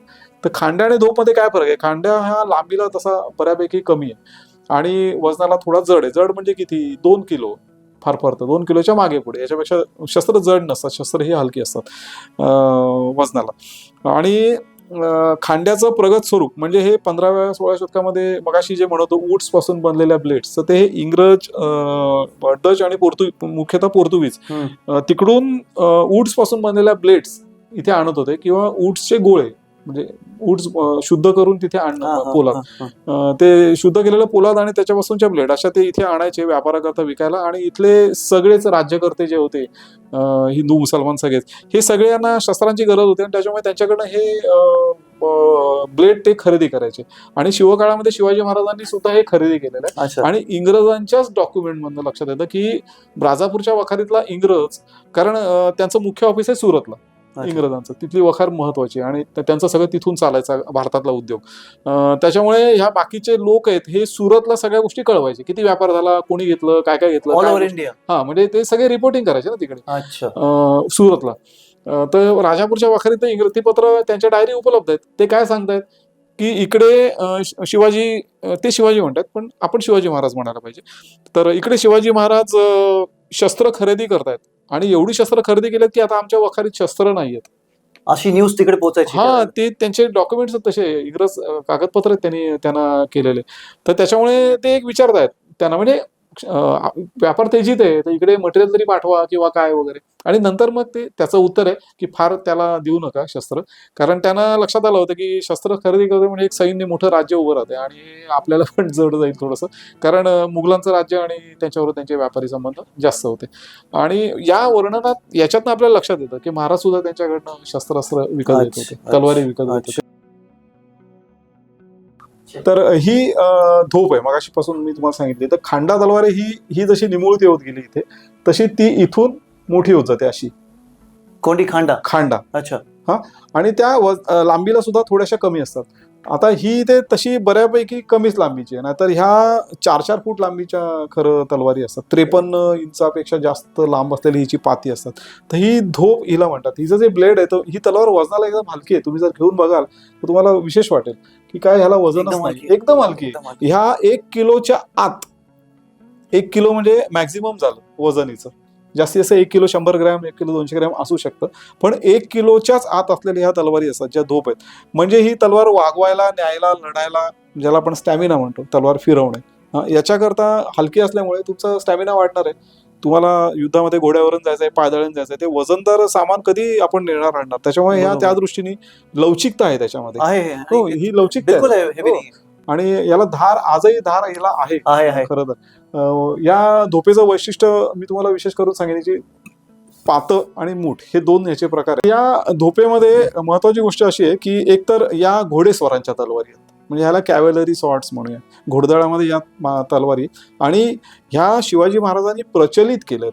बऱ्याच ठिकाणी गैरसमज असा केला की शिवाजी महाराजांनी या मुठीचं डिझाईन केलं आणि ह्या धोप शिवाजी महाराजांनी बनवल्या. तर असं काय नाहीये. शिवाजी महाराजांच्या पण आधी 100 वर्षापासून धोप महाराष्ट्रात होत्या, त्याचे पुरावे मिळतात, अशी चित्र पाहायला मिळतात आणि त्याविषयी डॉक्युमेंट काही आपल्याला मिळतात. कारण इंग्रजांकडे तर त्यांनी केलेल्या व्यापाराचे सगळ्या डायरीज आणि सगळं उपलब्ध आहे. म्हणजे सांगण्याचा उद्देश असा आहे की पण महाराजांनी त्या धोपेचं महत्व ओळखलं आणि आपल्या सैन्यामध्ये जास्त लांबीच्या तलवारीची गरज होती. कारण कसं होतं की हे आलेले जे आक्रमक आहेत हे थोडेसे अंगापिंडानी मराठ्यांपेक्षा म्हणजे हे आपल्याला आजही लक्षात येईल. बॉडी स्ट्रक्चर त्यांचं आपल्यापेक्षा जास्त उंच आणि ते सगळं होतं. आपले लोक काटक होते, म्हणजे हा. तर त्याच्यामुळे कसं होतं की ह्या जर वक्र तलवारी आपण घेतल्या तर त्या लांबीला कमी आहेत आणि ह्या ज्या तलवारी त्या लांबीला जास्त आहेत. त्याच्यामुळे वार या तलवारीचा आधी लागणार, त्यात घोड्यावर आहे. आणि म्हणून घोडेस्वारांमध्ये या तलवारी प्रचलित केल्या. स्वतः शिवाजी महाराजांच्या पण 3 तलवारी उपलब्ध ज्या आपण बघू शकतो आता, त्या सुद्धा या अशा धोप जातीच्या आहेत. अनेक जे मावळे आहेत इतिहास काळामध्ये, त्या मावळ्यांची नाव म्हणजे तानाजी मालुसरे आहेत, येसाजी कंक आहेत, अशी अनेक नावं आपल्याला सांगता येतील. यांच्या घराण्यांचे वंशज आजही कुठे ना कुठे महाराष्ट्र आणि महाराष्ट्राच्या बाहेर सुद्धा टिकून आहेत आजही. त्यांनी त्यांच्या ह्या पूर्वजांची शस्त्र काही लोकांनी आजही जतन करून ठेवलेली आहेत. तर त्याच्यामध्ये जर तलवारी पाहिल्या तर महाराष्ट्रातल्या ह्या मावळ्यांच्या घराण्यांमध्ये जतन केलेल्या तलवारी ह्या सरळ पात्याच्या आणि लांब लचक तलवारी आजही पाहायला मिळतात. ओके. त्याच्या मुठी अशाच पद्धतीच्या आपण ते, आणि म्हणून याला मराठा तलवार म्हणायचं. अच्छा, ह्याला मराठा तलवार म्हणायचं. ही जी धोप आहे ती. मग कर्नाटकी धोप आहे, त्याच्यामध्ये अनेक प्रकार आहेत. मग याची जी निर्मिती झाली सगळी ती वेगवेगळ्या भागामध्ये वेगवेगळे लोहार वेगवेगळ्या देशामध्ये किंवा गावांमध्ये होते. तर त्यामुळे त्यांच्या बनावटीमध्ये फरक होता आणि तिथल्या बनावटीच्या नावाने ओळख म्हणजे कर्नाटकी धोप म्हणजे साधारण कर्नाटक भागामधल्या लोहारांनी केलेल्या तलवारी असं आपल्याला काही म्हणायला हरकत नाही. पण त्याची जी ठेवण होती एकसारखी होती की इंग्लिश ब्लेड म्हणजे फॉरेन ब्लेड, फॉरेनला मराठी शब्द आहे त्या काळातला फिरंग आणि म्हणून त्या तलवारीला सुद्धा फिरंग म्हणतात. अच्छा. शिवाजी महाराजांची जी आहे ती तुळजा फिरंग असं तिचं नाव नमूद आहे म्हणजे तिचं ब्लेड इम्पोर्टेड आहे. त्याच्यानंतर जी लंडनला महाराजांची तलवार आहे तिचं ब्लेड इम्पोर्टेड आहे. साताऱ्याला जी तलवार आहे तिचं ब्लेड इम्पोर्टेड आहे. त्याच्यामुळे ही ब्लेड इम्पोर्टेड आहे. तेव्हा एक्सपोर्ट आपल्या इथे इम्पोर्ट केलेली कारण ब्लेडचा थिकनेस त्याचं वजन त्याला असलेल्या ह्या नाळ या सगळ्या गोष्टी ह्या सांगतात आणि विशेष करून त्याच्यावर मार्किंग असतात. आता इथे आपल्या एका तलवारीवर मार्किंग आहेत त्याच्यावरती या तलवारीवर. तुम्ही बोलताय कंपनीचं नाव त्या तलवारीचं नाव किंवा ट्रेडमार्क ज्याला म्हणतो आपण की काहीतरी खूण असते. ही तलवार इथे बनली ते ब्लेड इथे बनलं ते. तर इथे आपल्याला फोटो दाखवता येईल पण आता याचं कॅमेरा दिसणार पण इथे बघा तुम्हाला इथे स्टार्स आणि काही चिन्ह दिसेल. बरोबर. तर ही अशी चिन्ह त्याच्यावर कोरलेली असतात त्यामुळे ते ब्लेड कुठली आहे त्याचा पत्ता लागतो. कधी कधी कंपनीचं नाव असतं तर बऱ्याच वेळेला ही नावं इंग्लिश असल्यामुळे त्या काळातल्या ज्या लॅटिन आणि इतर ज्या लिपी होत्या त्या लिपीमध्ये ती असतात त्याच्यामुळे तशी ती वाचणं थोडंसं अवघड असतं पण अभ्यास केला तर तुम्हाला त्या गोष्टी समजतात. सांगण्याचा मुद्दा असा की ही सगळी ब्लेड आहेत ही इम्पोर्टेड ब्लेड आहेत. ही फिरगणातला आलेली ब्लेड आहे म्हणून त्याला फिरंग असं सुद्धा म्हटलं जातं. त्या या धोप या मराठा काळात दोन्ही धोप आहेत. हा दोन्ही धोप आहेत ज्यांना अशी सरळ पाती आहेत अशा पद्धतीची मूठ आहे. ह्या सगळ्या धोप जातीच्या तलवारी याला धोपच म्हणायचं आणि म्हणून मराठीत धोपटणे हा जो शब्द आला ह्या तलवारीने मारलं म्हणजे ह्यानी धोपटला म्हणजे धोपेने मारला फारच मारला म्हणजे असं मी बोलू शकतो का तर धोपटणे शब्द इथूनच सुरुवात झालेला. असे अनेक मराठी शब्द मराठी वाक्यरचना लोकांची नावं लोकांची आडनावं शस्त्राशी निगडीत आहेत. एवढे हे महाराष्ट्रातले लोक शस्त्राच्या निकट आहेत. ओके. म्हणजे आपल्याकडे तलवारीशी लगीने लागलं वगैरे म्हणजे एवढं आहे की आणि खरंच हे आहे. आपल्याला खांडाराणी शब्द माहिती असेल ऐकून खांडाराणी पिक्चर मध्ये येतं ते खांडाराणी. जेव्हा राजा किंवा मुख्य सरदार हा जागेवर नसतो म्हणजे काही कामाकरता तो राज्याच्या बाहेर किंवा मोहीम असेल किंवा अजून काही तीर्थयात्रा काहीतरी तो बाहेर गेलेला असेल आणि अशा वेळेला त्याचा हुकूम किंवा राज्यामध्ये सिंहासन रिकामी सिंहासनावर कोण बसणार किंवा काही निर्णय घ्यायचे असतात तर ते कशाला विचारून कशाला साक्ष ठेवून घ्यायचे तर ते त्या राजाच्या शस्त्राला साक्ष ठेवून घेतलं असतं. ते इतकं की एखाद्या राजाचं लग्न ठरलेलं असेल किंवा लग्न करायचं असेल तर लग्न त्या खांड्याबरोबर लावलं जायचं आणि म्हणून असं लग्न लावलेलं खांडाराणी असं म्हटलं जायचं. अच्छा. आणि हे मराठ्यांच्या काळामध्ये सुद्धा शस्त्राबरोबर लग्न लागलं जायचं. शस्त्र म्हणजे त्याचं प्रतीक रूप समजलं जायचं त्या सरदाराचं राजाचं आणि ते लग्न शाहूरांच्या काळात असं एक लग्न लागलेलं आहे. शस्त्राबरोबर लग्न लागतं त्या याचं आणि ते तेवढंच महत्वाचं ठरलं जातं. तर एवढं शस्त्राला महत्व होतं म्हणजे तुम्ही लक्षात घ्या. आणि ही परंपरा आमच्या महाराष्ट्रात आजही टिकून आहे. म्हणून आयुष्यामध्ये एकदा तरी मराठी माणूस लग्नामध्ये कट्यार धारण करतो. अच्छा. नवऱ्या मुलाच्या हातात कट्यार असते हे आहे की नाही. तर ही परंपरा फक्त एवढ्या पुरता म्हणजे आयुष्यात फक्त आपण एकदा शस्त्र धारण करतो. तर याची एवढी परंपरा आपल्याकडे चालत आलेली आहे. आता विषय होता या तलवारीचा तर याचे खूप महत्वाचे भाग आहेत जे तुम्हाला माहिती असणं गरजेचं आहे. आपण याच्यामध्ये तलवार म्हटलं की लक्षात येतं की मूठ तलवारीची आणि तलवारीचं पान किंवा पात ब्लेड ज्याला म्हणतो आपण. मूठ म्हणजे हिल्ट याला इंग्लिशमध्ये इंडियन बास्केट हिल्ट असं म्हणतात ह्या मुठीला. आता बघा इंडियन बास्केट हिल्ट हिल्ट जर ही तलवार घेता येते का बघा. ही बोलतोय ही पहिली. ओके.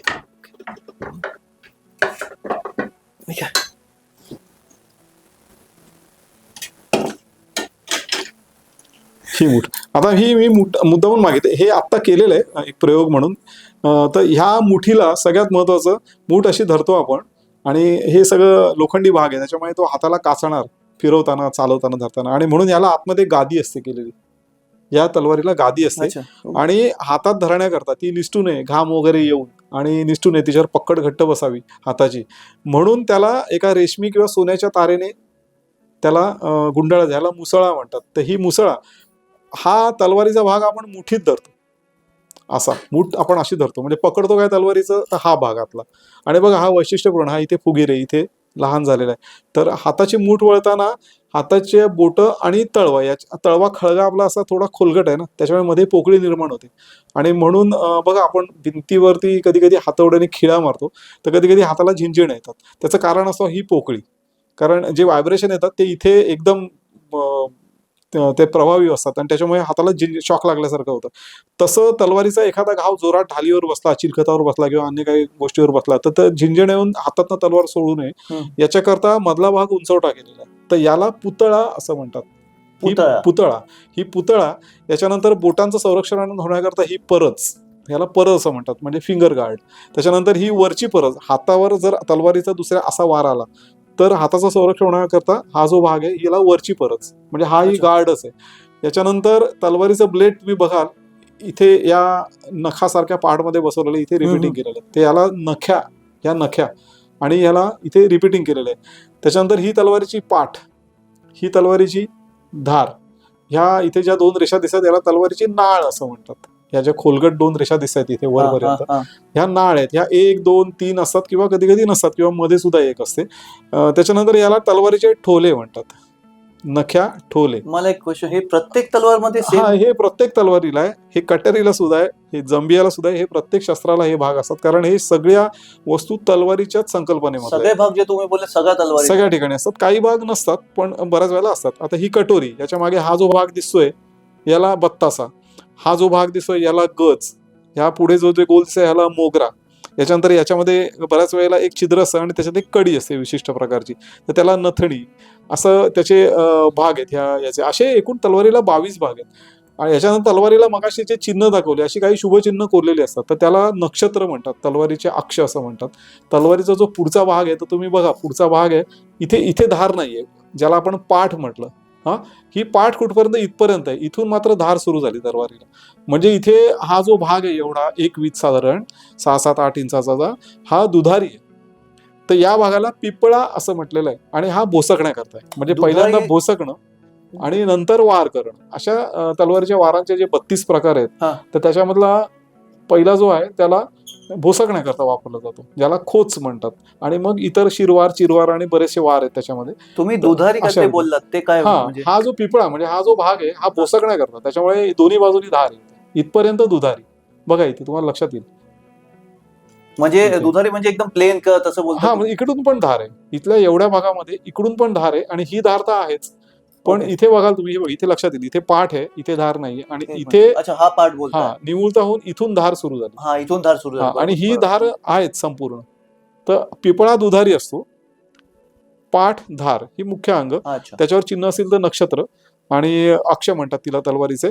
त्याच्यानंतर हा बघा, हा जो भाग आहे या नख्यांमध्ये किंवा या मुठीमध्ये गेलेला जो भाग असतो, ती तलवार जरी आपण बघितली तर त्याला खजाना असं म्हणतात. हा जो नख्यांच्या आतमध्ये भाग आहे तो. आणि खजान्याच्या नंतर या पात्याचा काही भाग अंशतः या आतल्या पोकळ नळीमध्ये इथपर्यंत आलेला असतो, तर त्याला दुमाला असं म्हणतात. त्या पात्याचा दुमाला. मला अजून एक क्वेश्चन आलं, सॉरी. असे 22 तिला भाग आहेत तलवारीला. या अजून एक क्वेश्चन होतं, तुम्ही आता हे डिफरंट तलवारी, आता एक ह्याच्या अगोदर तलवार जी दाखवलेली तुम्ही, ती सैनिक घोड्यांवर बसून मारण्यासाठी करत होते.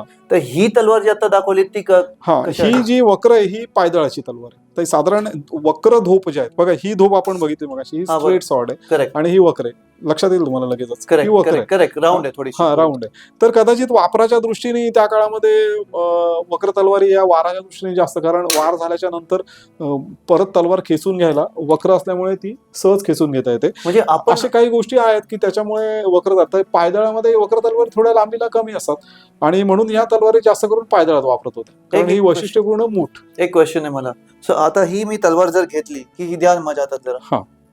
सो आपण लढाईमध्ये पाहिलं ही अशी तलवार पकडली, आणि खूप आता पिक्चर आलेला पानिपत अर्जुन कपूरचा, तो पिक्चर पाहिला मी, तेव्हा नॉर्मली काय असतं, ते असे जेव्हा मारतात राऊंड ती ही आहे का? म्हणजे ते जोर जोरात असं फेकापतात. तलवारीचे म्हणजे त्याला पवित्रा म्हणतो आपण, आणि तलवारीचे वार करण्याचे प्रकार, तर ते 32 प्रकार आहेत तलवारीचे वार करण्याचे एकूण, म्हणजे वेगवेगळ्या पद्धतीने. 32 म्हणजे तुम्ही बोलताय की तलवार पूर्ण शरीराच्या बाजूने मंडला काढून ती हे करावी. कोणतीही तलवार हा, कुठलीही तलवार. म्हणजे तुम्ही जर ही तलवार घेतली तर ही पण 32 तशीच चालणार. तलवारीचे म्हणजे तेवढे पवित्रच आहेत अच्छा, म्हणजे असं नाही की ही तलवार नाही, असं काही नाही. सगळ्या तलवारी आहेत, फक्त त्या तलवारींचे आकार, वजन आणि त्याच्यावरच इतर गोष्टी ज्या ठेवण आहेत, म्हणजे मुठींचं उदाहरणार्थ ही मूठ तुम्ही बघाल, आता ही मूठ वेगळी दिसेल, म्हणजे ही मगाची आत्ताची दाखवलेली मूठ आणि याच्यात फरक आहे. मुठीमध्ये फरक. ही बास्केट म्हणजे ही बास्केट सारखी. करेक्ट.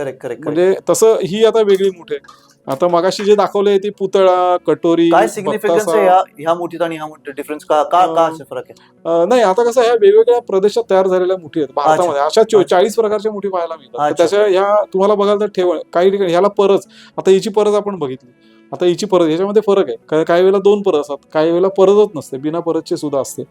तर त्याच्यामुळे असे फरक आहेत. ही मुठी साधारण ही कॉमन मूठ म्हणू आपण, एक साधारण.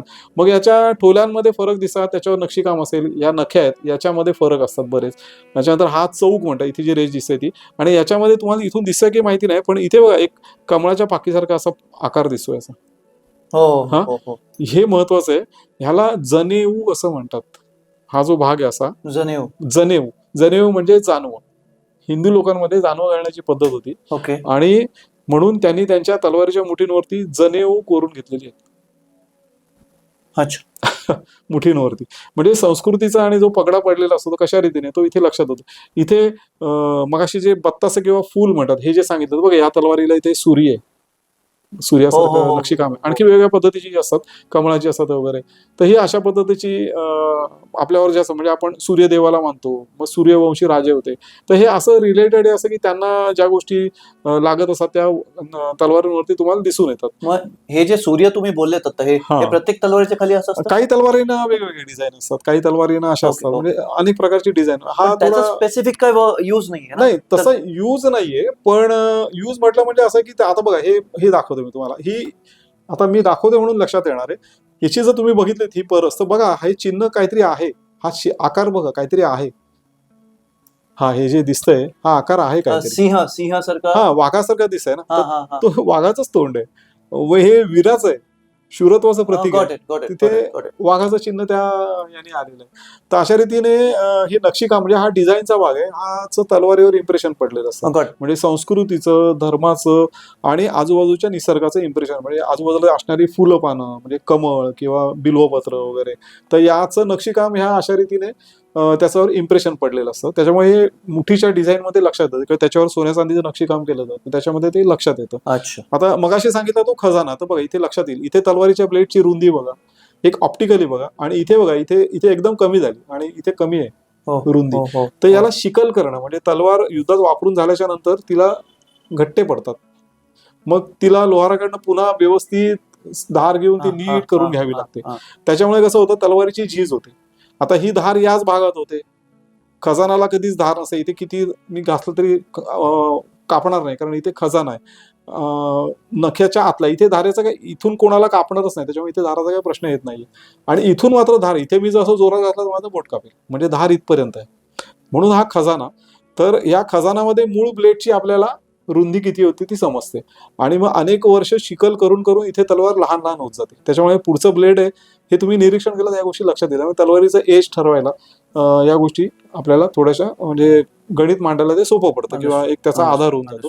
त्याच्यामुळे आता इथे सुद्धा तलवारीचा वार, असा शस्त्राचा वार इथे अडवला जाणार, ठोल्यांवरती इथे अडवला जाणार, म्हणजे फिंगर गार्ड इथे आला, मगाचा वेगळा होता. आता समशेरी ज्या आल्या, मगाशीचा विषय, समशेरी ज्या आल्या त्यांना हे काहीच ना कटोरी असते, ना परत असते, ना परत असते, भाग नसतात, कारण ती जे आकाराची ते त्यांच्याकडची बनावट आहे, स्पेसिफिक त्याच्यामुळे हा काही नाही. आणि ते असे धरतात, ते लोक तशा पद्धतीने धरून वार करतात. आता आपल्याकडे हे वापरायची, म्हणजे परज याची सवय होती लोकांना, आणि याच्यामध्ये संरक्षण होतं. आता त्याच्यामुळे लोकांनी ते तसल्या मुठी वापरल्या नाहीत, आपल्याकडे समशेरी वापरले नाहीत. अगदी क्वचित समशेरी मिळतात, त्या पण उत्तर काळामध्ये, म्हणजे मराठाच्या उत्तर कारखंडामध्ये, पण त्याच्या आधी तुम्हाला समशेरी मिळत नाहीत. मुठी ह्या भारतीय पद्धतीच्याच बघायला मिळतात. आणि मग भारतामध्ये पंजाब पासून तर खाली कन्याकुमारी, म्हणजे कन्याकुमारी म्हणता येणार नाही, पण खाली दक्षिणेमध्ये अगदी अनेक पद्धतीचे लोहार काम करत होते, आणि त्यांची बनावट वेगळी. जसं आपण आता कुऱ्हाड बघितलं तर आत्ताही कुऱ्हाडी, कोयते याच्यामध्ये फरक आहे. दक्षिणेतले कोयते हे लांब लांब असतात, त्या एक प्रकारच्या तलवारी आहेत, आणि आपल्याकडचे कोयते अजून लहान आहेत.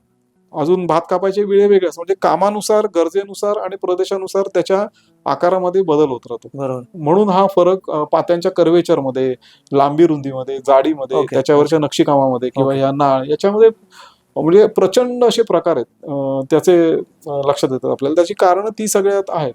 तसं तलवारीचं खूप महत्व आहे. तर ह्या झाल्या दोन मुख्य तलवारीच्या जाती ज्या आपल्याकडे आहेत, धोप आणि वक्र तलवार. वक्र तलवारीमध्ये वक्र धोप हा एक प्रकार होतो, कारण त्याची मूठ अशा रीतीची आहे.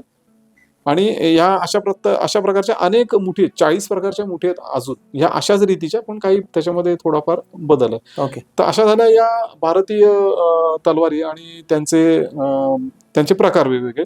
याच्या व्यतिरिक्त आणखी काही तलवारींचे प्रकार आहेत, तर ते मी तुम्हाला असे सांगतो, कारण ते आता इथे उपलब्ध नाही. सगळ्यात पहिल्यांदा मी खांडा सांगितला, त्याच्यानंतर बोललो तो, त्याच्यानंतर धोप हा प्रकार सांगितला. धोप मध्ये वक्र धोप हा एक प्रकार आला, आणि त्याच्यानंतर मग वक्र तलवारी आपल्याकडे आल्या, म्हणजे समशेरीच्या पद्धतीच्या. तर अशा रीतीच्या तलवारी आल्या. त्याच्यानंतर जुल्फिकार नावाची एक तलवार आहे. जुल्फिकार हा माणसाचं नाव आहे.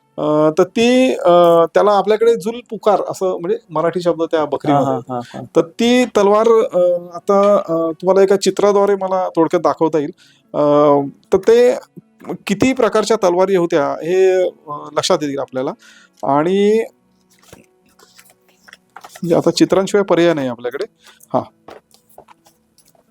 हे बघा, मग अशी जो खांडा सांगितला तो इथे दिसतो, की जो पुढे ब्रॉड होत गेलाय, म्हणजे रुंद होत गेलाय.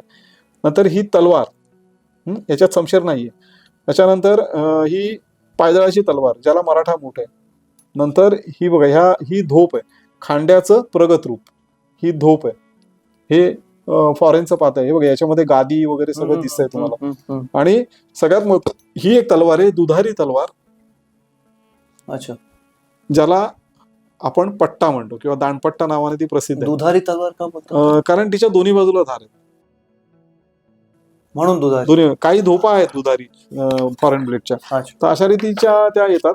आता या इथे बघा, इथे तुम्हाला दिसतंय का, तर इथे ही जी मूठ आहे, मग अशी जी सांगितली, ही पूर्णतः समशेर आहे. ही बघा, हिचं कर्वेचर जास्त आहे. आणि ही मूठ आहे, ही पर्शियन तलवारीची मूठ आहे.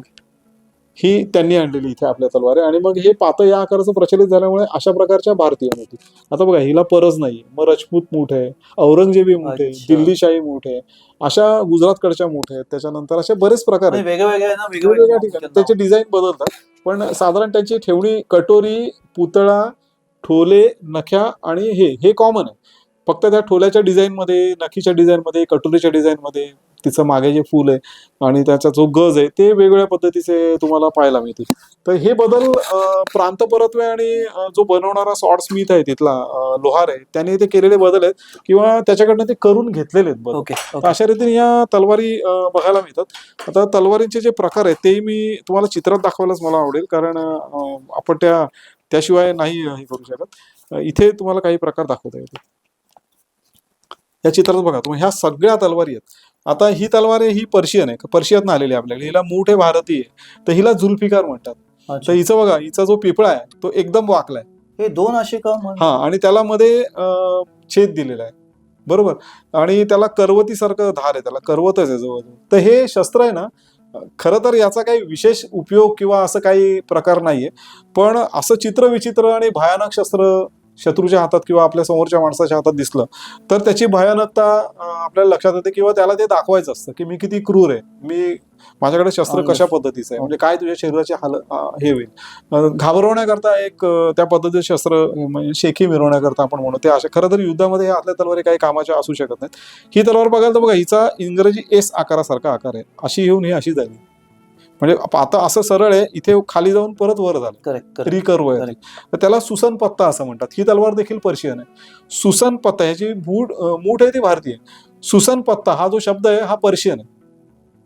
सुसन म्हणजे आपल्याकडे लिलीचं झाड असतं ना, लिलीचं फुल येतं, त्याचं पान कसं असतं, सुसन म्हणजे लिलीचं झाड, पत्ता म्हणजे पान. लिलीच्या झाडाच्या पानाच्या आकाराप्रमाणे असलेलं तिचं ब्लेड, एस, म्हणून सुसन पत्ता असं तिचं नाव आहे.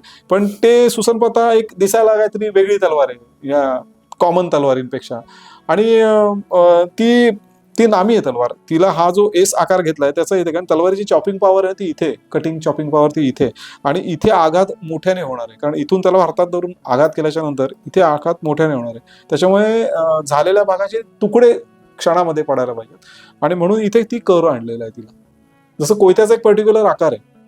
कोयत्यामध्ये 2 प्रकार आहेत. एक मासे कापायचा कोयता वेगळा आहे, आणि मटण कापायचं आपण बघतो त्यांचे कोयते वेगळे आहेत, आणि शेतकरी जे वापरते कोयते, कारण इकडे त्याला लाकडं तोडायची आहेत आणि शेतीची कामं करायची आहेत. पण तिकडे त्याला ती हाडं बिडं सगळं तोडायचं आहे, आणि म्हणून त्याच्या उलट्या बाजूला धार आहे, कारण तो मारायला पकडायला बरा पडतो. तर हे प्रकार येतात त्याच्यामध्ये.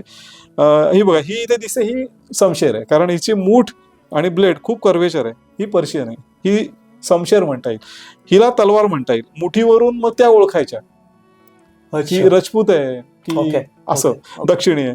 त्याच्यानंतर ही हिला परज आहे, आता मी दाखवली तशी. त्याच्यानंतर हे ब्लेड वेगळे. तर या अशा ज्या जाड्या ब्लेडच्या, अशा पद्धतीच्या ज्या ब्रॉड ब्लेड आहे, तर याला तेगा असं म्हणतात, तेगाह असं. आणि हे शीख लोक, त्याच्यामुळे तेग बहादूर, गुरु तेग बहादूर. तेग म्हणजे तलवार, तलवार बहादर आहेत ते. मग हे जे तुम्ही सगळे बोलताय, हे नावं किंवा काही तुम्ही आता व्याकरण किंवा काही एक्झाम्पल्स दिल, ती नावं म्हणजे तेग बहादूर पण ह्याच्यातूनच आलेल तुम्ही? हो, त्याच्यात मी मगाशी म्हटलं ना की बरीचशी नावं, आडनावं, शब्दप्रयोग, वाक्य रचना या शस्त्रांशी निगडीत आहेत, जे लोक या युद्ध क्षेत्रामध्ये सतत त्यांच्या पिढ्यानपिढ्या गेलेल्या आहेत. आता शीख लोक तर त्यांची निर्मितीच मुळात भारताच्या सीमेचं संरक्षण करण्याकरता झाली, त्याच्यामुळे ते शस्त्राशी अत्यंत निगडीत आहेत. आजही केवळ शीखांना कृपण आणि तलवार घेऊन लोकल ट्रेन मधून हिंड्या फिरण्याची परवानगी आहे. तुम्ही पंजाबला जर आजच्या दिवसाला गेल तर तुम्हाला तसंच आहे. राजपूत लोक शस्त्राला खूप मानतात, आणि आपण सुद्धा क्षत्रिय मध्ये जे मराठी आपण मानतो, तर आजही बऱ्याच मराठा घराण्यांमध्ये तलवारीची पूजा करणं, दसऱ्याला त्याची पूजा करणं, हे सगळं चालू शस्त्राशी ते निगडीत आहे. त्यामुळे त्या पद्धतीची त्यांच्या म्हणजे खंडेराव, खांडेकर, भालेराव, पटाईत शब्द महत्वाची गोष्ट आहे. पटाईत शब्द आपल्याकडे, पटाईचा आजचा मराठी अर्थ आम्ही काय घेतो? एक्सपर्ट. तो ते खेळण्यात पटाईत आहे, पण हा आपण आत्ता घेतलेला मराठीतला अर्थ आहे. त्याचा तत्कालीन अर्थ पटाईत म्हणजे पट्टा चालवण्यामध्ये जो माहीर आहे, अच्छा, त्याला पटाईत म्हटलेलं आहे. आणि म्हणून महाराजांच्या सैन्यामध्ये पटाईतांना प्राधान्य येतं, कारण पट्ट्याकडे आपण येणार आहोत. पट्ट्याचं खूप महत्व आहे, मी सांगतो ते पट्टा आलं की. तर अशा रीतीने ह्या तलवारीत खांडा आहे, आणि मग ही आमची धोप आहे. तर हे असे अजूनही अनेक प्रकार पाहायला मिळतात. इंग्लिश तलवारीचे पण प्रकार आहेत बरेचसे, म्हणजे त्यांच्या आर्मीच्या तलवारी वेगळ्या आहेत. त्याच्यानंतर इथे काही तलवारींचे प्रकार तुम्हाला आणखी पाहणार. खैबर नावाची एक तलवार आहे, खैबर खिंडी भागामध्ये तशी वापरात होती, किंवा अफगाण सुरा नावाची एक तलवार आहे. असे आहे. त्याच्यानंतर हे बघा, हे महत्वाचं शस्त्र आहे. हे काही माझ्या संग्रहात नाहीये पण ते शस्त्र खूप महत्वाचं आहे. हे खूप दुर्मिळ आहे, हे आम्हाला देखील माहिती नाही असं शस्त्र आहे. या शस्त्राचं नाव तुम्हाला सांगण्याआधी मी मगासपासून जे सांगतोय की नावं, वाक्प्रचार, शब्द आपण फार निगडीत आहोत. मराठी बाणा हा शब्द आहे की नाही आपल्याकडे? हा, काय मराठी बाणा असं कोणाला विचारलं का काय मराठी बाणा बाबा, तर नाही सांगता येणार. मला माहिती आहे, नाही, म्हणजे जवळजवळ 90% लोकांना सांगता येणार नाही, 90-95% लोकांना. तर मराठी बाणा म्हणजे काय, तर कडक, मराठी कधी वाकत नाही. आणि म्हणजे मराठ्याची युद्ध करणं किंवा त्यांच्याशी सगळ्याच गोष्टीमध्ये ते पुढे, मराठी पाऊल पडते पुढे, त्याला मराठी बाणा असा आपण एक त्याचा अर्थ घेतलेला आहे. मग हे मराठी बाणा का, बाणा म्हणजे काय, बाणा म्हणजे बाण का, किंवा आणखी काय असं काही अर्थ लावू शकतो? सांगतोच मी. तर बाणा नावाचं आमचं शस्त्र होतं. अच्छा. आणि तो बाणा असा होता की तो बाणा कोणी चालवणारा मनुष्य जर असेल तर तो 100 लोकांबरोबर युद्ध करायची, त्याची एवढं त्याचं बाणाचं पॉवरफुल बाणा होता. एक माणूस. हा, एक माणूस. म्हणजे पट्ट्याच्या वेळी तुम्हाला मी सांगेन की म्हणजे पट्ट्याचं महती गायली जाते, तर त्याचं महत्व काय आहे पटाईतांना हे सांगताना असं सांगितलं जातं की एक पट्टेकरी बरोबर 10 धारकरी. एक पट्टेकरी बरोबर 10 धारकरी. धारकरी कोण, तर ज्याला 5 शस्त्र चांगल्या रीतीने चालवता येतात, जो त्याच्यामध्ये पारंगत, त्याला धारकरी ही पदवी आहे. अशा 5 शस्त्र चालवण्यामध्ये पारंगत असलेल्या, एक्सपर्ट असलेल्या 10 लोकांबरोबर एक पटाईत म्हणजे एक पट्टा फिरवणारा माणूस युद्ध करू शकतो. हे पट्ट्याचं महत्व आहे, पट्ट्या शस्त्राचं, कारण तो लांबीला जास्त आहे, दुधारी आहे, त्याची मंडलं काढली जातात. म्हणजे आपल्यापासून 9 ते 10 फुटापर्यंत तुमच्या जवळही कोणी येऊ शकत नाही, असे पट्ट्याच्या शरीराभोवती त्याची मंडलं काढली जातात, पट्टा फिरवला जातो तेव्हा. म्हणजे त्या 10 जणांबरोबर तो एकटा लढू शकतोय. त्याच्यानंतर विट नावाचं एक शस्त्र मराठ्यांमध्ये प्रचलित होतं. ही शस्त्र फक्त महाराष्ट्रातली आहेत, बाहेर याचा वापर म्हणजे असेल तर अगदी कमी प्रमाणामध्ये, पण इथे खूप प्रमाणामध्ये वापर म्हणजे या नावानेच लोक होते. तर त्याच्यामुळे विटेकरी महाराजांच्या सैन्यामध्ये असायचे. इटेकरी किंवा विटेकरी. तर हे विट नावाचं शस्त्र इथे विटा आहे आपल्याकडे. आता विट नावाचं शस्त्र चालवणारा माणूस किती लोकांबरोबर लढू शकतो? तर ही आलेली बकरीमधली आणि वर्णन आहेत. तर एक पट्टेकरी बरोबर 10 धारकरी आणि 10 पट्टेकरी बरोबर 1 विटेकरी, म्हणजे 1 विटेकरी 100 माणसांबरोबर लढू शकतो. ओके. म्हणजे असं विटे शस्त्र आणि ते चालवण्यामध्ये जो पारंगत आहे त्याचं ते कौशल्य. पन्हाळगडला शिवा काशीदांचं विट घेऊन एक शिल्प काढलेलं आहे. अच्छा. विट त्यांच्या हातात ते विटेकरी होते आणि असे अनेक विटेकरी आणि पट्टेकरी म्हणजे पटाईत वारांच्या सैन्यामध्ये होते. तर त्याच्यामुळे सांगण्याचं महत्व आहे की हे जे मधलं शस्त्र आहे हे बाणा नावाचं शस्त्र आहे. तुम्ही बघा तो 2 हाताने, म्हणजे जसं कताना ही तलवार आहे, म्हणजे समुराईमध्ये कताना ही तलवार आहे, ती 2 हाताने धरायची असते. चायनीज पिक्चरमध्ये, जापनीज पिक्चरमध्ये होतं त्यांच्या ज्या तलवारी त्या कताना म्हणतात त्याला. तर त्या ज्या कताना आहेत त्या 2 हाताने म्हणजे 2 हँडेड. त्याचं हँडल एवढं मोठं आहे, हात सटकू नये म्हणून त्या मुठी म्हणजे ते गोळे दिलेले आहेत आणि त्याला पुढे तलवारीचं जवळजवळ 5 फुटाचा लांब असं ब्लेड असतं. हे बऱ्याच वेळा दुधारी पण असतं किंवा असं धोपेसारखं एकदारी असतं. तर ह्या 2 हातात धरून लढायची ही बाणा आहे आणि हे बाणा चालवणारे लोक फार कमी होते. हा बाणा घेऊन जर एखादा मराठा लढेल तर तो कोणाला ऐकत नाही आणि म्हणून मराठी बाणा हा शब्द आलेला, सर्वोत्कृष्ट योद्धा याचा अर्थ मराठी बाणा चालवणारा. एवढे तलवारी तुम्ही आम्हाला दाखवताय, हो. तर ह्या तलवारींचं ऐतिहासिक महत्व काय? तलवारीचं ऐतिहासिक महत्व म्हणजे युद्ध आणि युद्ध जिंकणं आणि त्याच्यासाठी जास्त करून तलवारीचाच वापर केला गेलेला आहे. अच्छा. आणि त्याचं ऐतिहासिक महत्व सांगायचं झालं तर तलवारबाज जे होते म्हणजे तलवार चालवणारे होते, तर त्यांचं कौशल्य होतं. तलवार प्रत्येक शस्त्राचं, प्रत्येक योद्ध्याचं प्रत्येक एखादं शस्त्र महत्वाचं असतं, त्याच्यामध्ये तो पारंगत असतो. अच्छा. तसं मग त्या तलवारी आणि ते योद्धे त्या कारणाने प्रसिद्ध होतात. म्हणजे उदाहरणार्थ महाराणा प्रताप, त्याने त्या युद्धामध्ये त्याच्या तलवारीने असा वार, त्याचं चित्र आहे, असा वार केलाय की तो घोड्यावर आहे महाराणा प्रताप आणि तोही घोड्यावर आहे आणि त्याने असा वार जो केलाय त्याच्याने तो असा मधून पूर्ण शरीराचे 2 भाग झालेले. म्हणजे हे त्याच्या तलवारीची ताकद आहे, महाराणा प्रतापच्या तलवार चालवण्याची आणि त्याची वार करण्याची त्याची ताकद आहे. अशा रीतीने म्हणजे तसं तलवार महत्वाची ठरलेली. ओके. आणि त्यांचं मूळ काय आहे तलवारींचं, जर आपण बोलायला गेलो तर? म्हणजे तलवार कशी तलवार म्हणजे निर्माण कशी झाली असं सांगण्यापेक्षा शस्त्र कसं निर्माण झालं ते महत्वाचं आहे. पुराणांमध्ये आणि जो उल्लेख येतो तो तलवार कशी निर्माण झाली, म्हणजे आपल्याला तसं शस्त्र कसं तयार झालं याला काही डेफिनेशन नाही. जेव्हापासून तलवार दिसायला लागली तेव्हा तलवार निर्माण झाली. म्हणजे सिंधू मधली तलवार आहे ती भाल्यासारखी दिसते तर ती तलवार आहे. त्याच्यानंतर मग तलवारीचे आतापर्यंत आपण भाव घेतले असे त्याच्यामध्ये बदल, आकारामध्ये, वजनामध्ये, लांबी रुंदीमध्ये, हे सगळ्यामध्ये बदल होत गेला. ओके. त्याच्यामुळे तसं मूळ स्वरूप म्हटलं तर सिंधूमध्ये मिळालेल्या तलवारी या ती कशी तयार झाली त्याला काही डेफिनेशन नाही आपल्याकडे. अच्छा. म्हणजे अशीच कशी तयार झाली याला. परंतु आपल्याकडे पुराणांमध्ये, अग्निपुराणामध्ये कथा येते तलवार कशी नाही, खड्ग कसं तयार झालं. तर लोहासूर नावाचा एक राक्षस होता. हो, ऐकलेलं. हा. आणि त्या लोहासुराचा वध करण्याकरता एक मोठा यज्ञ मांडला ऋषींनी आणि देवांनी. त्या यज्ञामधून एक पुरुष निर्माण झाला, यज्ञ पुरुष, आणि तो ब्रह्मदेवाकडे आला आणि ब्रह्मदेवाला त्याने एक शस्त्र दिलं, म्हणजे तलवार दिली. ब्रह्माने ती तलवार विष्णूकडे दिली आणि मग विष्णूने त्या राक्षसांचा वध केला. ती जी तलवार आहे ती विष्णूने वध केल्यामुळे त्या तलवारीचं नाव ठेवलं गेलं नंदक. नंदक त्या शस्त्राचं नाव आहे आणि विष्णूच्या तलवारीचं नाव नंदक आहे. आणि अशा अनेक तलवारी, म्हणजे रावणाच्या तलवारीचं नाव चंद्रहास आहे. अशा तलवारींची शस्त्रांना नाव ठेवण्याची रीत प्राचीन काळापासून आहेच. म्हणजे तर त्याच्यामध्ये हा एक हिंदू पुराणानुसार तलवार कशी निर्माण झाली त्याच्यामध्ये ही एक कथा आहे छोटीशी. असे कोणते युद्ध आहेत ज्यांच्यामुळे शिवाजींच्या स्पेसिफिक तलवारींचं महत्व जास्त वाढलं, असं काही स्पेसिफिक आहे का?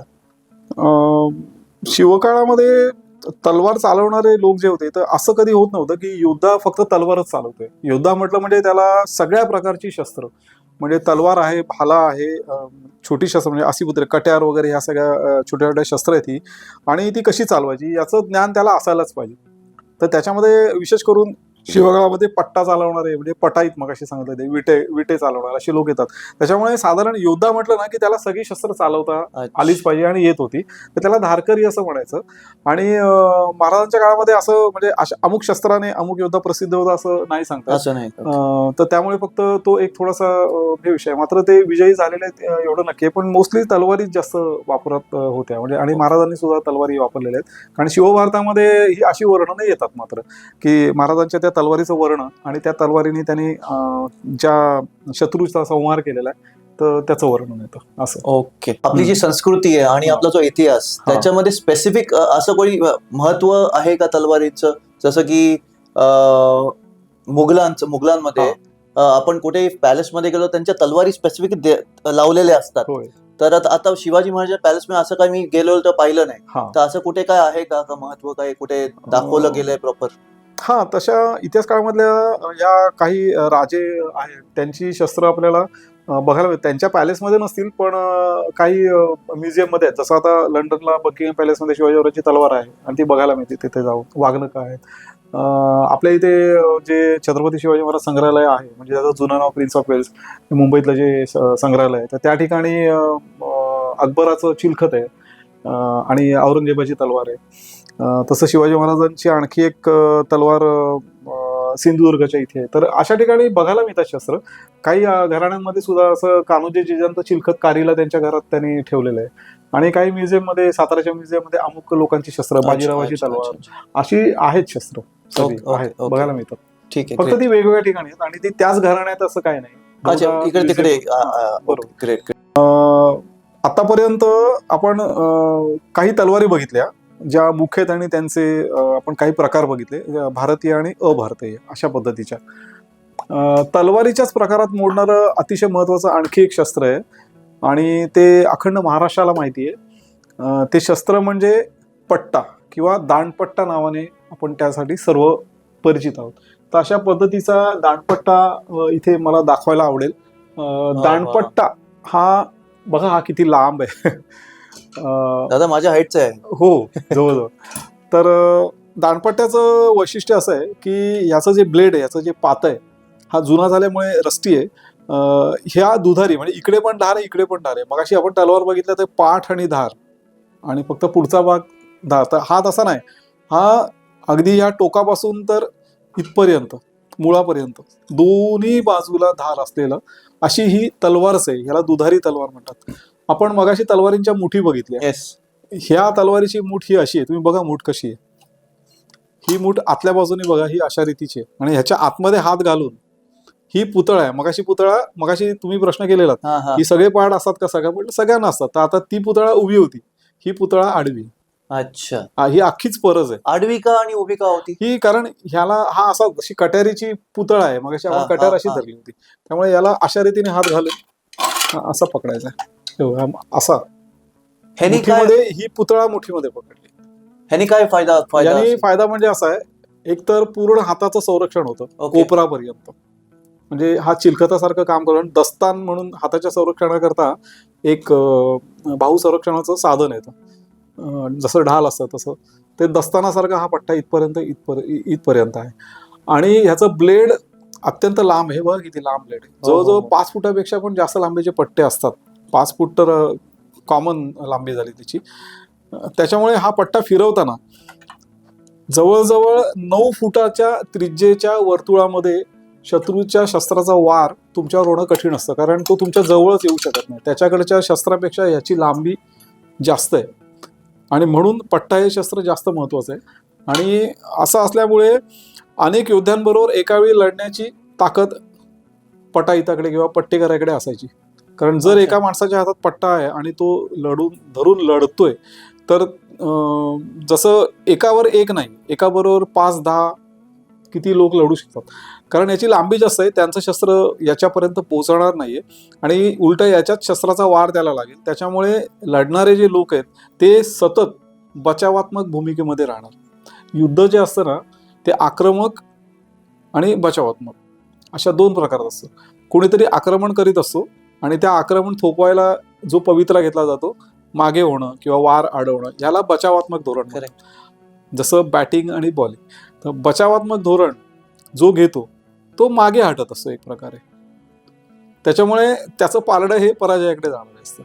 तर त्याच्यामुळे पट्टा जेव्हा पटाई चालवतो, हा चालवत असताना याचा वार लागेल कारण याची लांबी जास्त आहे आणि तुमच्या शस्त्राचा वार पटाई त्याला पट्टे करायला लागणार नाही कारण तुम्ही जवळ जाऊ शकता. तुम्ही जर गेलात तर तुम्हाला वार लागेल आणि म्हणून त्याच्या जवळ जात नाही. म्हणजेच पट्ट्याबरोबर पटाईताबरोबर जो शत्रू सैन्य जेवढं लोक असतील ते बचावात्मक भूमिकेमध्ये असतात. म्हणजे ते थोडं मागच्या पाऊल त्यांना घ्यावं लागतं. तर ते पट्ट्याचं महत्व आहे सगळ्यात महत्त्वाचं. त्याच्यामुळे पट्टा हा शिवकाळामध्ये अतिशय, शिवाजी महाराजांना देखील पट्टा खूप आवडायचा. मराठ्यांना पट्टा हे आवडतं शस्त्र होतं आणि म्हणून शिवाजी महाराजांची जी काही चित्र उपलब्ध झाली आहेत त्या प्रत्येक चित्रामध्ये महाराजांच्या हातात पट्टा आहेच. अच्छा, एका हातात पट्टा आहे. आणि विशेष गोष्ट अशी आहे की जसं आपल्याला शिवाजी महाराजांच्या तलवारीचं नाव भवानी तलवार माहिती आहे, आपण तो विषय घेऊ त्यावेळी तिकडे आपण येणारच आहोत, पण आणखी 2 तलवारी आहेत त्यांनाही नाव आहेत. तसं शिवाजी महाराजांच्या पट्ट्याला देखील नाव होतं. आणि चित्रगुप्ताची बखर म्हणून एक बखर लिहिली, त्या बखरीमध्ये शिवाजी महाराजांच्या पट्ट्याचं नाव यशवंत असं आलेलं आहे. म्हणजे शिवाजी महाराजांच्या पट्ट्याचं नाव यशवंत होतं. आपल्या सगळ्यांच्या दुर्दैवाने महाराजांचा पट्टा आज आपल्याला पाहायला मिळत नाही. तो कुठे देव जाणे किंवा कधीतरी इतिहासामध्ये त्याचा शोध लागेल, पण त्यांच्या पट्ट्याचं नाव यशवंत होतं हे आपल्याला लक्षात येतं. ओके. त्यांची जी काही 3-4 चित्र आहेत त्याच्यामध्ये सोन्याचा मुलामा दिलेला पट्टा, म्हणजे हा जो खोबळा आहे, हा याचा आकार तुम्ही आता बघितला. इथे मनगट राहता म्हणून इथे कमी आहे, इथे कोपरा करता, मुठी करता इथे मोठी, याला आतून गादी असते चांबडी वगैरे, त्याच्यामुळे संरक्षित हा केलेला असतो. या ठिकाणी वराहमुख, वराह म्हणजे वराह अवतार माहिती आहे ना, वराह म्हणजे डुक्कर. अच्छा, हा, त्यामुळे ते वराहाचं तोंड असतं इथे. शिवाजी महाराजांच्या एका चित्रामध्ये वराह मुखाचा पट्टा आहे, म्हणजे असं ते तोंड आहे वराहाचं आणि त्याला 2 सुळे आहेत.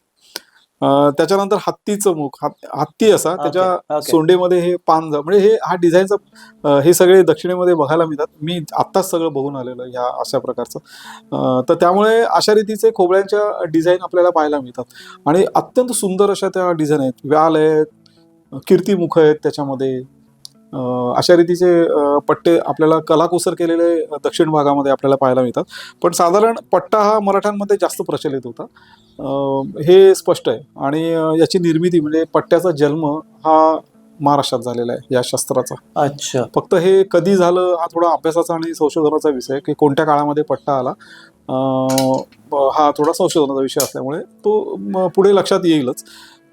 पण जास्त करून मराठा लोकांनी पट्टा हे शस्त्र वापरलेलं आहे. मग शिवाजी महाराजांनी हे जे पट्टा तुम्ही बोलताय, मी हे अजून करू शकतो की जर हे ते लावलं असेल तर त्यांच्या जवळ कोणी आलं नसेल त्यावेळेला त्यांना मारायला. हा, म्हणजे कसं असतं, एक युद्धशास्त्र असतं. शिवाजी महाराजां जेव्हा लढाईला सैन्यामध्ये जातात त्यावेळी एकटे शिवाजी महाराज नाही लढत. बरोबर. त्यांचं संरक्षण दल असतं ज्याचं त्याला पूर्ण रिंगण असतं. करेक्ट. त्याच्यामुळे डायरेक्ट शिवाजी महाराजांचा संपर्क येत नाही. अफजल खानासारख्या प्रसंगाच्या वेळेला, शाहिस्ते खानाच्या प्रसंगाला, कारण त्या टॅक्टिस आहेत, तेव्हा ते त्या रणक्षेत्रात उतरलेत ना, ते कमी लोकांनी किंवा स्वतःच. आता अफजल खानाच्या वेळेला एकटेच होते. येस. शाहिस्ते खानाच्या वेळेला काय ती थोडीशीच लोक होती त्यांच्याबरोबर, अगदी हाताच्या बोटावर मोसळण्यासारखी. तर त्यावेळी त्यांनी स्वतः वार केलेले आहेत आणि इतर वेळेला त्यांनी लढाई केलेलीच आहे, पण राजा बराचसा संरक्षित असतो. ओके. आणि पण ही जी तुम्ही बोलताय हे प्रत्येक लढाईमध्ये ते यूज करत असं होते. सगळी प्रकारची शस्त्र यूज जशी गरज आहे. असं अफजल खानाला मारताना वाघ नख वापरली, बरोबर. शाहिस्ते खान वापरताना महाराजांनी धोप वापरलेली. शिवभारतकार वर्णन करतो तिचं. ओके. की त्याची बोट कशी तोडली. आता शिवाजी महाराजांचं आणखी एक शस्त्र आपण बघूच आता लगेचच. गुर्ज नावाचं शस्त्र आहे, गदेचा प्रकार आहे. त्याचं सुद्धा नाव त्या चित्रगुप्ताने बखरीमध्ये लिहिलं. त्याचं नाव शंभू प्रसाद असं लिहिलेलं आहे. शंभू प्रसाद. अशी स्पेसिफिकली नावं का, म्हणजे माणसांची नावं का अशी? शंभू म्हणजे शंकराचं नाव. अच्छा. शंकराचा हा प्रसाद आहे. अच्छा, तसं बोलतोय. विष्णूच्या गदेला कौमुदकी नाव आहे. ओके. मगाशी सांगितलं विष्णूच्या तलवारीला नंदक नाव आहे. येस. रावणाच्या तलवारीला चंद्रहास असं नाव आहे. कर्णाच्या धनुष्याला विजय असं नाव आहे. शंकराच्या धनुष्याला पिनाक आहे म्हणून त्याला पिनाकेश्वर म्हणतात. रामाच्या धनुष्याला कोदंड म्हणतात, जे लाकडापासून बनलेलं आहे, म्हणजे बांबूचं तीरकामठा बांबूच आहे, आणि म्हणून कोदंड राम, कोदंड पाणी अशी त्याला नावं आलेली आहेत, म्हणजे त्याचे ती आहेत. तर हे लक्षात येतं की शस्त्रांची नावं ठेवण्याची प्राचीन परंपरा आहे. अच्छा. आणि सगळ्याच ठिकाणी ती होती. आणि त्याच्यामुळे आपला आवडणारा भक्ती शक्ती आपण ज्याची उपासना करतो त्या देवतेचं नाव शक्यतो, म्हणून बघा शिवाजीरावांच्या तिन्ही तलवारीचं तुळजा, जगदंबा, भवानी, हो हो माहिती, ते प्रश्न शंभू आहे प्रसाद, यशवंत म्हणजे यश देणारा थोडक्यामध्ये. तर ही नावं त्याच्या कार्याचं महत्व सांगणारी आणि देवतेचं नाव ठेवलं जातं जास्त करून, कारण ती यश देणारी शक्तिदात्री आहे म्हणून त्या देवतांची नावं ठेवली जायची.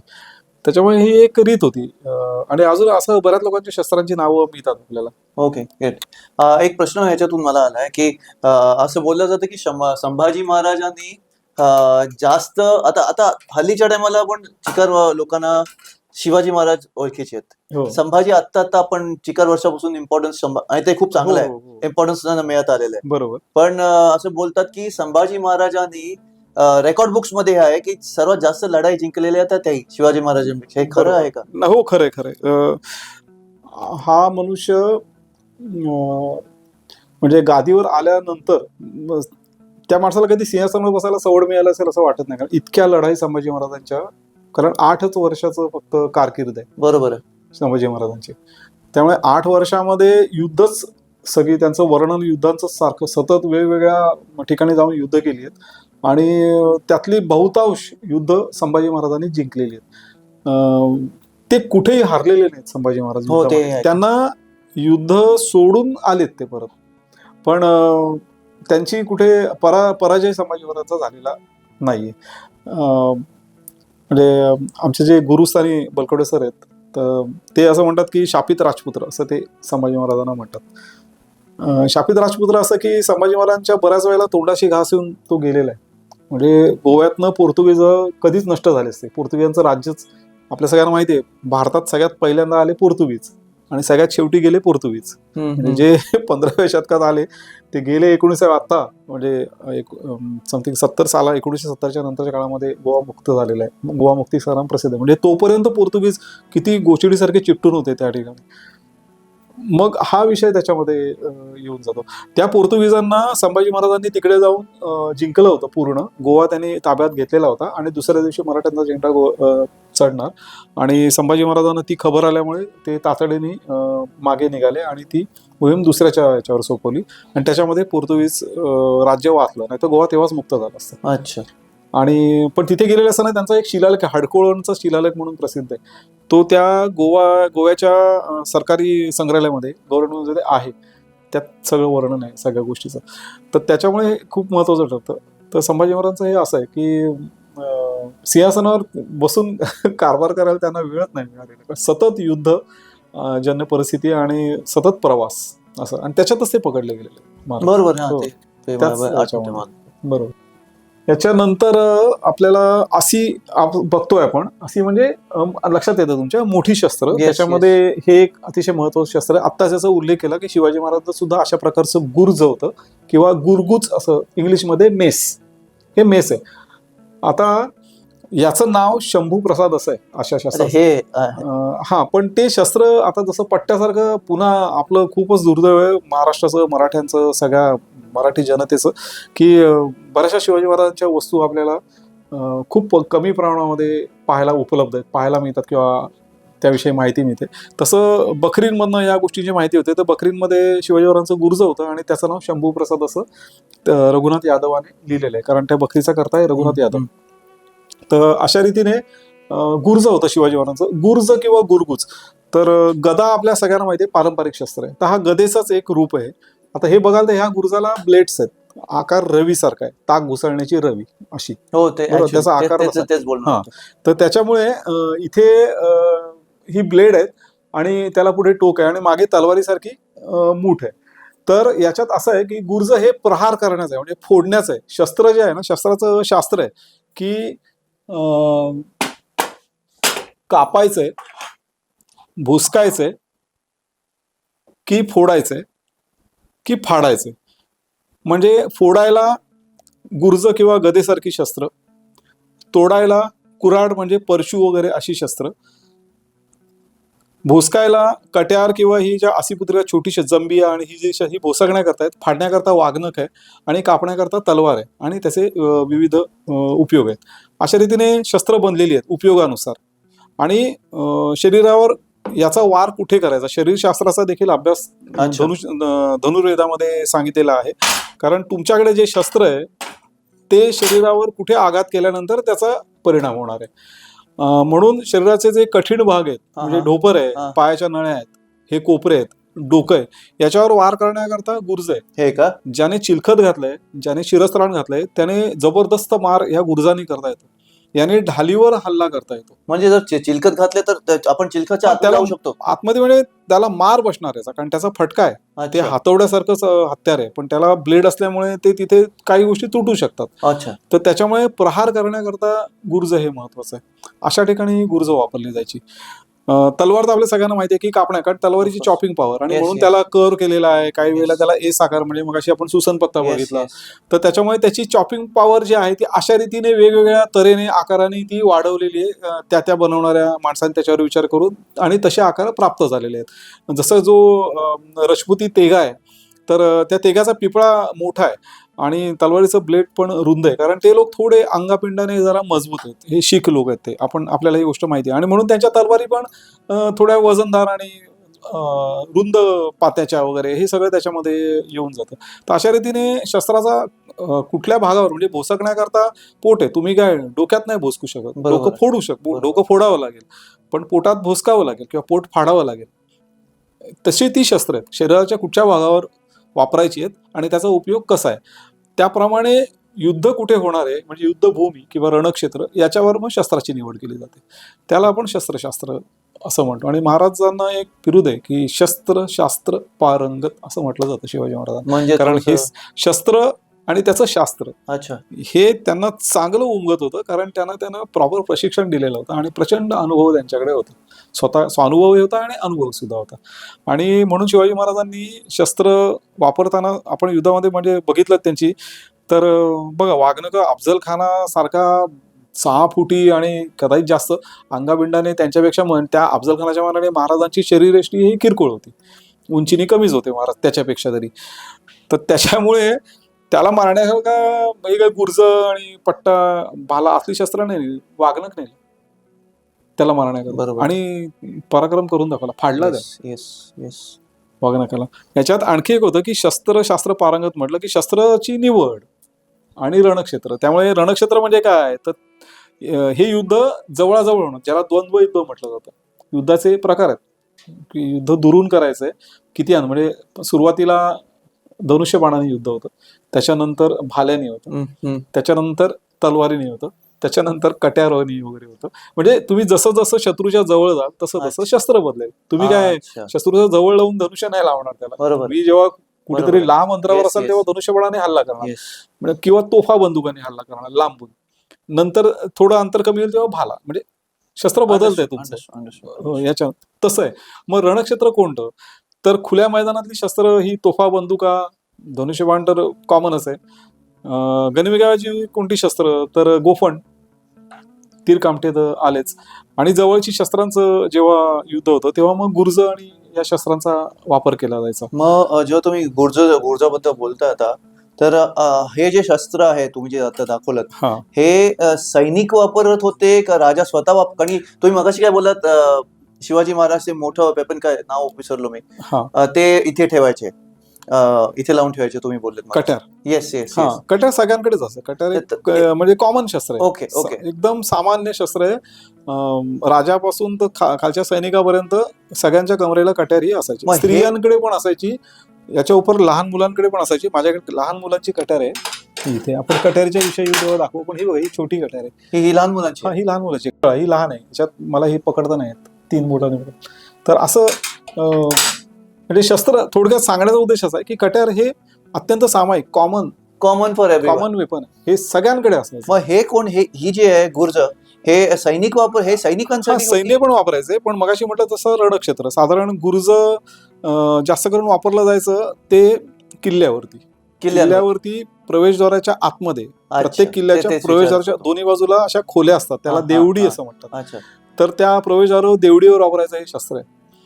आणि काही वेळेला युद्धातही देवडीवरच असं नाहीये, देवडीवर वापरण्याचं शस्त्र आहे, कारण त्यावेळी जो समोरून लोकांचा घोळका शिरलाय किल्ल्यामध्ये, तर त्याच्यावर आतल्या शस्त्राने धडाधड वाढ, कारण त्यांच्या हातात ढाली असतात, त्यांना फेटे किंवा शिरस्त्राण असतात, मग तिथे फोडायचं काम, तोडायचं काम जास्त जोराने करायचंय. त्याच्यामुळे देवडीवर गुर्ज आहेत. देवडीवर गुर्ज आहेत. आणि काही वेळेला घोडेस्वार सुद्धा हे गुर्ज घेऊन हे करवतं, पण सहसा कारण हे जड आहे आणि हे फिरवण्याकरता तुम्हाला ताकद आणि सगळ्या गोष्टी लागणार आहेत, आणि म्हणून गुर्ज म्हणजे तसं प्रमाण फार कमी असावं, अगदी काही प्रसंगामध्ये वापरली असतील. अशा रीतीने ती शस्त्र आहेत, म्हणजे कोणती वापरायची कुठल्या काळामध्ये. शिवाजी महाराज जेव्हा लढाईला जायचे, आता तुम्ही एवढा स्टडी केलेला आहे त्यांच्यावर, तर लेट्स से घोड्यावर बसले आणि चाललेत लढायला, तर किती किती शस्त्र घेऊन जायचे ते पर्सनली? साधारण शिवाजी महाराज तर आलंच म्हणजे, पण मावळा म्हणजे जो सैनिक आहे कुठलाही, मग आपला मराठ्यांचा सैनिक घ्या किंवा एक शत्रू सैन्यामध्ये घ्या, साधारण मावळ्याबद्दल बोलायचं तर तो पंचहत्यारी असायचा, म्हणजे पाच हत्यार किमान त्याच्याकडे असायची. कोणती? तर धनुष्यबाण, बरोबर, ढाल तलवार, पाठीला ढाल बांधलेली असायची, बरोबर, आणि तलवार कमलेला बांधलेली नसायची, तर तलवार ते अशी ती त्याचा एक पट्टा बेल्ट असतो, आणि त्याला ते असं ते तलवार तमरेत खोचणं हे काय ते नाटका बिटकांमध्ये ठीक आहे, पण अशी कमरेला जर तलवार खेचली तर काढणं मुश्किल आहे युद्धामध्ये. त्याच्यामुळे ठीक आहे, तलवार, त्याच्यानंतर फरशी किंवा कुऱ्हाड, गोफण दोरीची असते, ती कमरेला बांधलेली असायची, आणि लहान शस्त्र कुठलं तरी असायचं, जंबिया, कट्यार, वाघनक प्रसंगी, ही 5 हत्यार किमान त्या प्रत्येक कारण तुम्हाला बघा मगाशी म्हटलं तर सुरुवातीला जो हल्ला आहे तो तुम्हाला लांबून करायचा आहे, आणि आणि भाला जवळ गेल्यानंतर तुम्हाला भाल्याचा उपयोग करायचा आहे, त्याच्याही जवळ तुम्हाला जे करायचं आहे ते तलवारीचं युद्ध आहे, बरोबर, आणि त्याच्याही पुढे जे करावं लागणार आहे आणखी जवळ तुम्ही जात राहणार, तर तुम्हाला कट्यारी वगैरे वापरायला लागतील, आणि सगळ्यात शेवटी द्वंद्व युद्ध. आणि धनुर्वेदात पण हे सांगितलेलं आहे की युद्ध कशा रीतीने करत जायचे, म्हणजे ह्या सगळ्याला धनुर्वेदाचा प्रचंड बेस आहे. हे सगळं धनुर्वेदात सांगितल्याप्रमाणेच आहे, कारण ऋषीमुनींनी खूप विचार करून धनुर्वेदाची निर्मिती केलेली, म्हणजे युद्ध शास्त्र कसं असतं याचा व्यवस्थित विचार करून शस्त्र आणि ते चालवण्याचं शास्त्र हे त्यांनी सांगितलेलं आहे, आणि ते इथे पदोपदी दिसतं. ओके, ठीक आहे. अजून कोणती आपल्याकडे? अजून याच्यानंतर जे आसीमध्ये येईल ते फरशी, म्हणजे आपल्याला परशुराम, भगवान परशुराम माहिती आहेत, द्विजराम ज्यांना म्हटलं जातं, विष्णूच्या दशावतारांपैकी एक आहे परशुराम. त्याचं शस्त्रावरच नाव परशुराम. परशु म्हणजे आपण ज्याला फरशी म्हणतो, पर्शियन भाषेमध्ये ज्याला तबर म्हणतात, आपण शेतकऱ्यांच्या किंवा मराठी भाषेमध्ये ज्याला कुऱ्हाड म्हणतात, तर कुऱ्हाड, तबर, फरशी ही सगळी शस्त्राचे प्रकार आहेत. कुऱ्हाड शेतीच्या कामासाठी वापरतो किंवा कधी तिचा वापर युद्धामध्ये पण झालेला असतो. याच कुऱ्हाडीला पर्शियन भाषेमध्ये तबर असा शब्द आहे. तबर असा शब्द आहे. अकबराची तबर आहे, आणि तिच्यावरती फारसीत काही मजकूर कोरलेला आहे, कदाचित कुराणातल्या आयत्या वगैरे असतील, ती आहे दिल्लीच्या नॅशनल म्युझियममध्ये. एक परशु सुद्धा आहे, त्याच्यावर सुद्धा इन्स्क्रिप्शन आहे, तो प्रसिद्ध आहे परशु. त्याच्यानंतर आपल्याकडे छोटे मोठे परशु बरेच बघायला मिळतात. परशुमध्ये प्रकार आहेत, एक मिशी जशी असते अशी युद्धाची अशी, त्या पद्धतीची एक अशी असा परशु एक मी तो चित्रात दाखवेन, मिशी प्रमाणे. तर त्याचे बरेच गैरसमज आहेत, पण तो धार्मिक शस्त्रांमध्ये, शस्त्र कशी आहेत, दरबारी शस्त्र, भेट द्यायची शस्त्र म्हणजे मानापानाची शस्त्र, युद्धाची शस्त्र आणि धार्मिक शस्त्र हा प्रकार आहे. साधारण भारतामध्ये हिंदू धर्मामध्ये बळी देण्याची रीत आहे, पूर्वीच्या काळी होती, आता काही ठिकाणी ती असेल किंवा आहे. तर बळी देण्याकरता एक प्रकारची कुऱ्हाड वापरली जायची, तर ती बळी देण्याची कुऱ्हाड आहे. ओके. आणि माझ्या संग्रहात आहेत त्या, मी त्या चित्रामध्ये दाखवेन, आता इथे नाही. तर त्या बळी देण्याच्या म्हणजे धार्मिक शस्त्रांमध्ये जातं. बळी द्यायचे कोयते असायचे, तर ते धार्मिक शस्त्रांमध्ये जातं, म्हणजे त्याचा वापर लढाई करता नाहीये, पण शस्त्र म्हणून बळी द्यायचा, म्हणून एक गाव दोन पुढे त्याच्याकडे वापरायचं. तर ती कोयता आणि बळी द्यायच्या कुऱ्हाडी, असे कुऱ्हाडींमधले फरशीमधले प्रकार आहेत. आणि या आकारांमध्ये अनेक प्रकारच्या फरशा पाहायला मिळतात, म्हणजे मी तर खूप बघितलेले आहे. पण फरशी हे तोडण्याकरता असलेलं प्रभावी असं शस्त्र आहे. ओके, सो हे वॉर मध्ये नाही वापरलं जात? हा, वापरलं ना. फरशी आणि कुऱ्हाड भरपूर वापरले. वापरलं. हो, शिवकाळ देखील वापरलेले आहेत अच्छा फरशी. अच्छा. नाही, मग भरपूर तुम्ही मगाशी वापरले. बळी देण्यासाठी बोललेत म्हणून ती बळी देण्याची ती फरशी वेगळी, ती अशी अच्छा. मिशीसारखा आकार असते. अच्छा, म्हणजे ती ती अशी मिशीसारखी. चंद्रकोर असते ना, अच्छा उलटी चंद्रकोर धरली आपण उलटी, ओके, तर ओके. त्याच्या अंतर्भागामध्ये धार असते अच्छा. आणि ही तलवार अशी असते, गॉट इट गॉट इट. म्हणजे बहिर्वक्र भागामध्ये भार असते, धार असते. तर तो फरक आहे त्याच्यामध्ये. Got it. ठीक. कुऱ्हाडी. तर हे झाले सगळे असी. आणि महत्वाचं म्हणजे आता भाला एक प्रमुख शस्त्र आहे शिवकालीन आणि सगळ्याच ठिकाणी जगामध्ये, भारतातल्या सगळ्या इतिहासामध्ये आणि मराठ्यांमध्ये अगदी देवादिकाच्या काळामधून धार्मिक शस्त्र किंवा ती जर शस्त्र म्हटली तर त्या सगळ्यामध्ये कॉमन शस्त्र आहे भाला. अगदी आदिमानव सुद्धा दगडाची फाळ बनवून भाले बनवत होता. म्हणजे धनुष्याचा बाण हे भाल्याचं छोटं स्वरूप आहे किंवा बाणाचं मोठं स्वरूप म्हणजे भाला आहे. भाला हा भोसकण्याकरता आहे आणि कापण्याकरता सुद्धा आहे. भाल्याचे मला वाटतं 52 पवित्रे आहेत. 52 पवित्र म्हणजे चालवण्याचे पोझिशन्स. अच्छा, म्हणजे जसं आपण वार करण्याच्या पोझिशन्स. अच्छा, म्हणजे जसं क्रिकेटमध्ये तो काय असा कायम राहत नाही बॅट. ऑफकोर्स, जेव्हा बॉलर तयार होतो तेव्हा तो तयार होतो आणि त्याचं पवित्र मग तो ठरवत असतो बॉल कसा येईल काय जे असेल ते. पण तो त्याच्यासाठी एक पोज घेऊन उभा राहतो, त्याला पवित्र म्हणतात. मग लढताना समोरच्याचा वार कसा आहे किंवा तुम्हाला वार कसा करायचा तर ते पवित्र आहे म्हणजे पोझिशन्स. असे 52 पोझिशन्स आहेत. जसे 12 सूर्यनमस्कार आहेत, 12 पोझिशन, तसं हे आहे. तर तसे त्या भाल्याचे आहेत. आणि भाल्यांमध्ये मुख्यतः प्रकार असे आहेत की भाला पायदळातले लोक घेऊन लढतात, त्याच्यामुळे ते भाले वेगळे. त्याचे फाळ मोठे असतात, रुंद असतात आणि उंचीला डोक्यापर्यंतच असतात ते. त्याच्यानंतर घोडदळाचा भाला म्हणजे कॅव्हलरी जे आहे तर त्याच्यामध्ये अश्वकुंत असं म्हणतात. कुंत हा संस्कृत शब्द आहे, कुंत म्हणजे भाला, अश्व म्हणजे घोडा. घोडेस्वाराचे भाले. आता तो घोड्यावरून भाला मारणार म्हणजे तो लांबीला जास्त पाहिजे, म्हणून 12 ते 15 फुटाचे घोडेस्वाराचे भाले. आणि लांबी वाढलीमुळे म्हणजे भाल्याची जी लाकडाची काठी आहे बांबूची किंवा वेताची, त्या काठीला फाळ असतो पोलादी पुढे. फाळ म्हणजे ब्लेड. अच्छा. तर हा जो भाला आहे पदाती कुंटाचा, त्याला भाला लहान आहे आणि उंची कमी आहे, म्हणजे लांबी कमी आहे काठीची त्याच्यामुळे तो फिरवायला आणि करायला सोपा जाणार, जरी ब्लेडचं म्हणजे फाळाचं वजन असेल तरी. पण घोडेस्वाराच्या भाल्याच्या काठीची लांबी जास्त आहे, कारण घोड्यावरून त्याला वार करायचा आहे ना, कारण तो पण एका ठराविक उंचीवर आहे. मग भाल्याचा उपयोग नाही, म्हणून तो भाला जास्त लांबीला केल्यामुळे फाळाचं वजन जास्त असेल तर त्याला बॅलन्स होणार नाही किंवा वार करायला अवघड होईल. बघ, आपण काठी बांबू जो बघितला आपण, तर बांबू 2 हाताने धरावा लागतो. जेवढा उंच तेवढं तुम्हाला बॅलन्स करता येत नाही. आपण ते सतत त्या प्रयत्नात असतो. म्हणजे उंची तेवढी बॅलन्स होतं, त्याच्यामध्ये लोखंडी फाळ म्हणजे वजन अजून वाढणार. सो तो फाळ जो आहे ना घोडेस्वाराच्या भाल्यांचा, तो थोडा लहान असतो. म्हणजे आता हा बघा, हा फाळ जसा आहे त्याच्यापेक्षा थोडे रुंदीला कमी पण लांबीला जास्त, अशा पद्धतीचे फाळ असतात. तर त्याला अश्वकुंत आणि गजकुंत असतात, म्हणजे हत्तीस्वार. आता हत्ती आणखी उंचावर म्हणजे जो योद्धा आहे तो हत्तीवर बसलाय, तर त्याच्यामुळे त्याचे जे फाळ आहे ते अशा रीतीचे आणि भोसकण्याकरता बरोबर वार करतील अशा रीतीचे. तर असे हे असतात गजकुंत, अश्वकुंत आणि पदाती म्हणजे पायदळ, आणि गज म्हणजे हे. तर अशा रीतीचे भाले आपल्याला पाहायला मिळतात. हे फक्त हातीवर बसून चालवायचे? हा, जास्त करून. आणखी असतात कमी रुंदीच्या फाळाचे, पण हा एक इथे आहे. पण हे तुम्हाला जस्ट माय क्वेश्चन, हातीवर बसून हे तुला हे डिफिकल्ट होईल मारायला वगैरे, कसं असतं? म्हणजे याचे काठ्या आणखी लांब असतात, म्हणजे 15 ते 20 फूट लांबीचे. अच्छा, म्हणजे आपल्याकडे आहे का एक्झाम्पल असं? काठी आता तशी नाही. आता हे विट एक आहे, आता हे आपला हाच विषय चालू आहे खरं तर. पण एक हे 3 प्रकार झाले: अश्वकुंत, गजकुंत आणि पदातिकुंत.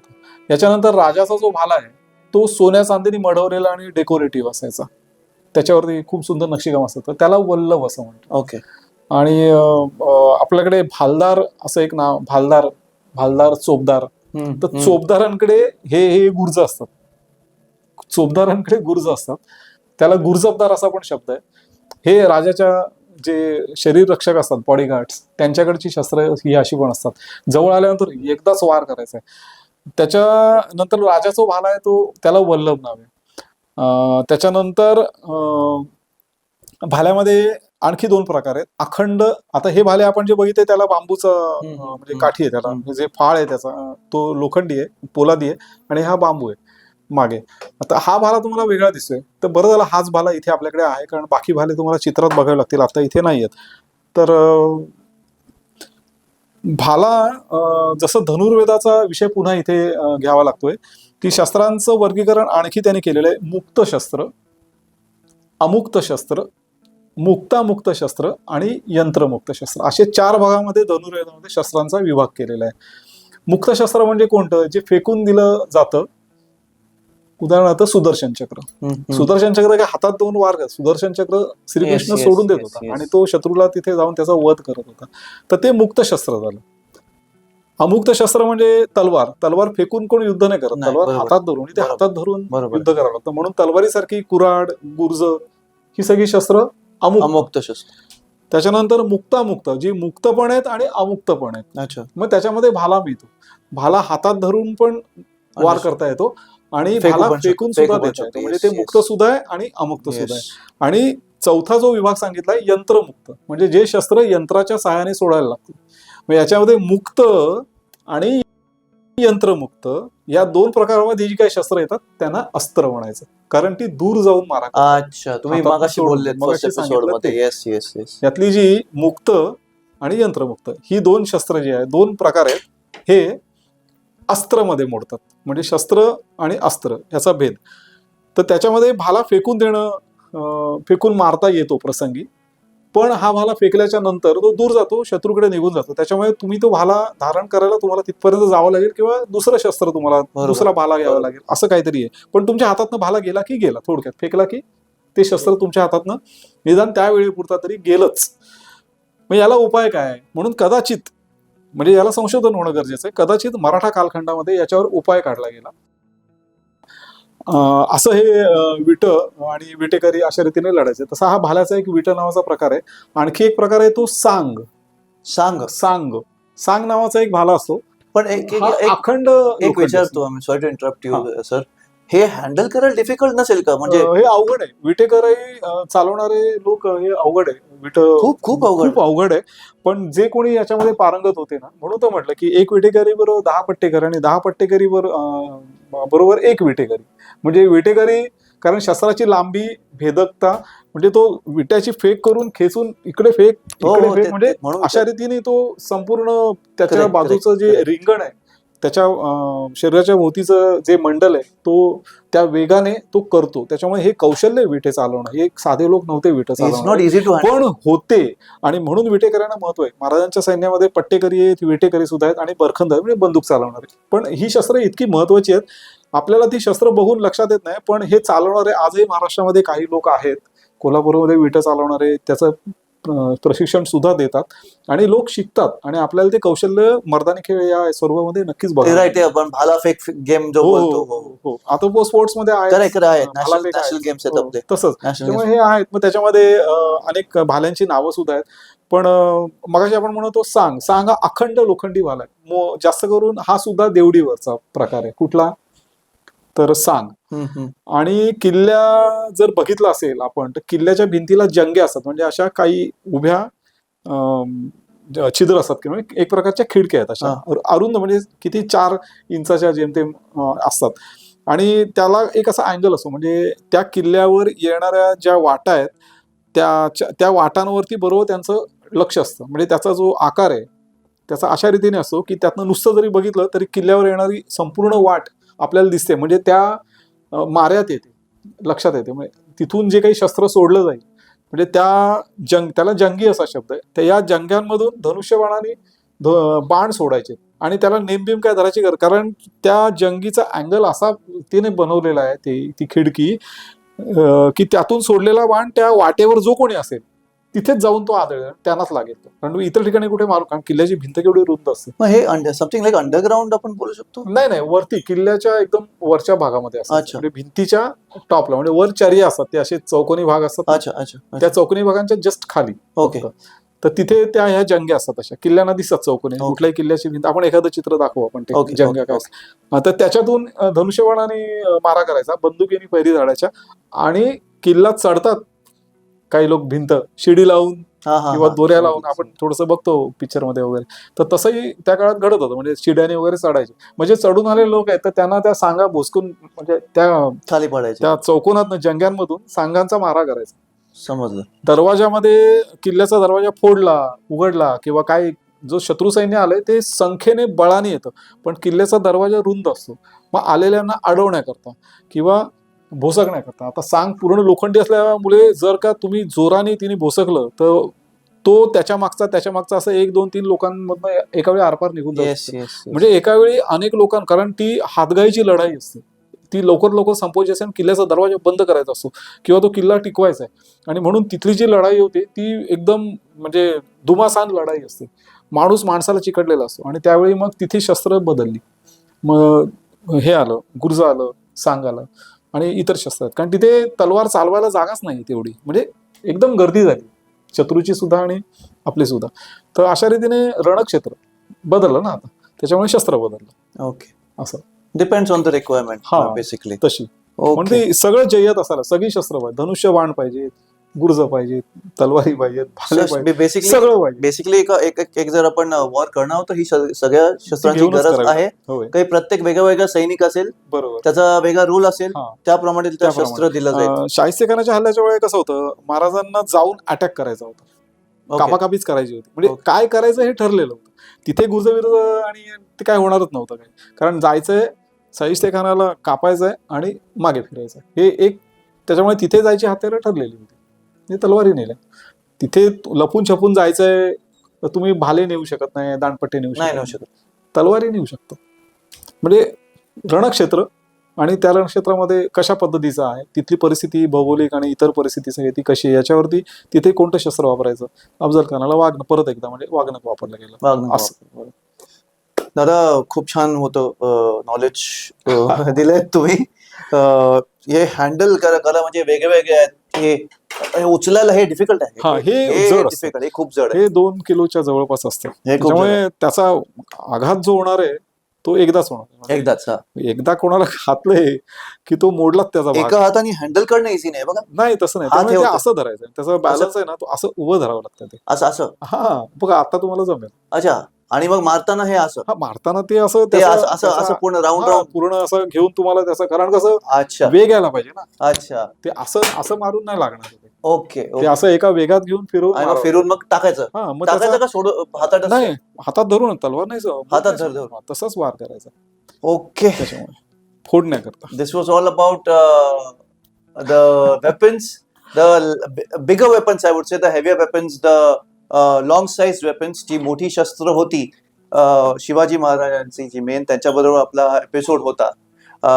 दादा थँक्स अ लॉट. ओके. पूर्ण इन्फॉर्मेशन तुम्ही दिलेली आहेत. आय होप नवीन जनरेशन ही तुम्ही विचार करता की तुम्ही जाता संग्रहालयात, तुम्ही फक्त बघता शस्त्र अस्त्र, पण पुढचं आपण वाचत नाही, ते नाही वाचत, नाही लक्षपूर्वक बघत नाही. म्हणजे अर्थात संग्रहालयात एवढा वेळही नसतो लोकांना आणि तुम्हाला ते तिकीट काढलेलं असतं आणि त्या वेळामध्ये बघून बाहेर पडायचं असतं आणि तिथे तसं काही इन्फॉर्मेटिव्ह काही नसतं. ते असं आहे. पण आय थिंक हा सेशन पूर्ण इन्फॉर्मेटिव्ह आपला झालेला आहे आणि प्रत्येक बाबतीत तुम्ही सांगितलं तसे कट्यार, छोटी लहान मुलांची कट्यार तुम्ही दाखवलेत. होय. एक दुसरी कट्यार, 3 कट्यार तुम्ही दाखवले. 3 प्रकार वेगळ्या तलवारी सांगितल्यात. आता सर्वात इम्पॉर्टंट नेक्स्ट एपिसोड मध्ये हे जे आहे, मी ह्याच्यावर खूप प्रश्न विचारणार आहे तुम्हाला. नक्कीच सर, नेक्स्ट एपिसोड में हम इसके बारे में बात करेंगे, कारण की हे खूप इम्पॉर्टंट आहे आपल्या हिस्ट्रीमध्ये. एक मोठा चॅप्टर आहे ह्याच्यावर. सो ते होतं ना, हे असं वागणं प्रत्येकाने आपल्या घरात पूजा करायला पाहिजे. याची पूजा म्हणजे ठेवायला पाहिजे का, तर याने घडलेला इतिहास आणि त्याच्यामुळे स्वराज्य जे निर्माण झालं आणि स्वराज्य वाढलं ते याच्यामुळे, म्हणजे हे खूप महत्वाचं आहे. खूप महत्वाचं. ही वागणं याच्यावरचे वादविवाद सोडून याच्या मागचा महाराजांचे विचार आणि महाराजांनी जे दूरदृष्टीने जे काही केलं होतं, समाचार घेतला होता अफजल खानाचा आणि तो मारल्यामुळे स्वराज्य ज्या पद्धतीने वाढलं आणि स्वराज्यामध्ये जो मुलूक आला तो सगळा स्वतंत्र होत गेला, हे केवळ अफजल खाना मारलं आणि त्या मारण्याकरता हे वागणूक वापरलं. त्याच्यामुळे हे अक्षरशः हे पूजेमध्ये मला असं म्हणायचंय, पूजा म्हणजे हळदी कुंकू वाहून फुलं व्हायची पूजा मी सांगत नाहीये. पूजा याचा अर्थ असं होता की हे प्रत्येकाच्या घरात असा याचा फोटो तरी असायला पाहिजे, जेणेकरून तो इतिहास आठवेल. बरोबर आपल्याला बोललात. आणि त्याचं चिंतन मनन होईल आणि मग आपल्याला खरोखर, कारण इतिहासाचा अभ्यास कशासाठी करायचा तर भविष्य घडवण्याकरता. वर्तमानात भूतकाळाचा विचार करून वर्तमानात वागायचंय, कारण भविष्यकाळ घडवायचा आहे. याच्यासाठी इतिहासाचा बरोबर. उपयोग आहे आणि म्हणून आपल्याला आपली संस्कृती टिकवायची असेल तर हे खूप कारण गरजेचं आहे. हे म्हणजे शिवाजी महाराज, हे म्हणजे महाराष्ट्र. बरोबर बोललात तुम्ही, बरोबर बोललात. So thanks a lot. आपण थोडासा ब्रेक घेऊया आता आणि ब्रेक म्हणजे it will be like next week the next episode will be aired. So see you soon. Share करा, सबस्क्राईब करा. तुम्हाला काय बोलायचंय आपल्या ऑडियन्सला? नक्कीच. मी आता जे सांगितलं ते वागणं आपलं, तो पुढच्या एपिसोडमध्ये आपण त्याच्यावरती विस्तृतपणे चर्चा करूयाच. महाराजांचं वागणं काय, अफजल खानाचा वध आहे आणि ते शस्त्र काय आहे नक्की, याच्यावर आपण बोलूया. पण माझा सांगण्याचा उद्देश एवढा आहे की माझ्याकडे काही शस्त्रसंग्रह आहे आणि त्या अनुषंगाने मी आतापर्यंत तो अभ्यासला आहे. माझं असं म्हणणं मुळीच नाहीये की मी सांगतोय तो तेच बरोबर आहे किंवा तेच आहे. त्याच्या बाहेर सुद्धा कारण मलाही मर्यादा आहेत, त्याच्या बाहेर सुद्धा असू शकते. कदाचित मी सांगितलेल्या माहितीमध्ये माझ्याकडून काही चुकीचे शब्द किंवा नावं म्हणजे इतिहास काळातले असं काही येऊ शकतं. म्हणजे तर मी एक अभ्यासक आहे आणि त्याच्यामुळे फक्त ते तुम्ही समजून घ्याल अशी माझी अपेक्षा आहे. फक्त हे सांगण्याचा माझा उद्देश लक्षात घ्या आणि त्याच्याकडे बघायचा दृष्टिकोन बदलला पाहिजे, हे माझं म्हणणं आहे. आणि हे इतिहासाचे साक्षीदार आहेत सगळे, त्याच्यामुळे या दृष्टीने मी सांगतोय. तर ओघाने काही माझ्याकडनं चुकत असेल तर मला तुम्ही दुरुस्त करू शकता नक्कीच. तर अशा रीतीने हे एपिसोड तुम्ही बघावेत आणि कदाचित असं म्हणजे माझं असं मला नक्कीच आता वाटतंय की नवीन माहिती तुमच्यापर्यंत पोहोचते. सर दादा, खूप नवीन माहिती आहे, खूप इन्फॉर्मेटिव्ह आहे. काही कोणाला माहित नाही या शस्त्रांबद्दल, काय ह्याचा उपयोग आणि कसा तो यूज केला जातो. तुम्ही युसेज सुद्धा सांगितलात, कसं पकडायचं. हे छोट्या छोट्या ह्याच्यावर जे डिझाईन्स आहेत तेही तुम्ही आम्हाला समजवलेत, त्याचा अर्थ काय, हे कशासाठी असतं, हे कशासाठी असतं. वेगवेगळ्या टाईपच्या भाल्यांबद्दल तुम्ही सांगितलं, हे काय असतं. सो दॅट्स हे कोण वापरतात आता, हे जे आहे हे कोण वापरतात, गुर्ज हे कोण वापरतात, सैनिक वापरतात का राजे वापरतात, कसं त्याला यूज करून कसं थ्रो करायचं वगैरे. सो आय थिंक खूप नॉलेजेबल एपिसोड होता हा. आपण भेटूया नेक्स्ट वीकला once again with the other weapons of Chhatrapati Shivaji Maharaj. भरपूर आहेत. It's been a wonderful episode. Thank you. परत आपण भेटूया नक्कीच ह्याच खुर्चीवर. हो. कदाचित तुम्ही इथे, मी तिकडे येतो. Yes yes. थोडा वेगळं करूया. पण धन्यवाद सर, तुम्ही एवढं इन्फॉर्मेशन दिला. थँक्यू.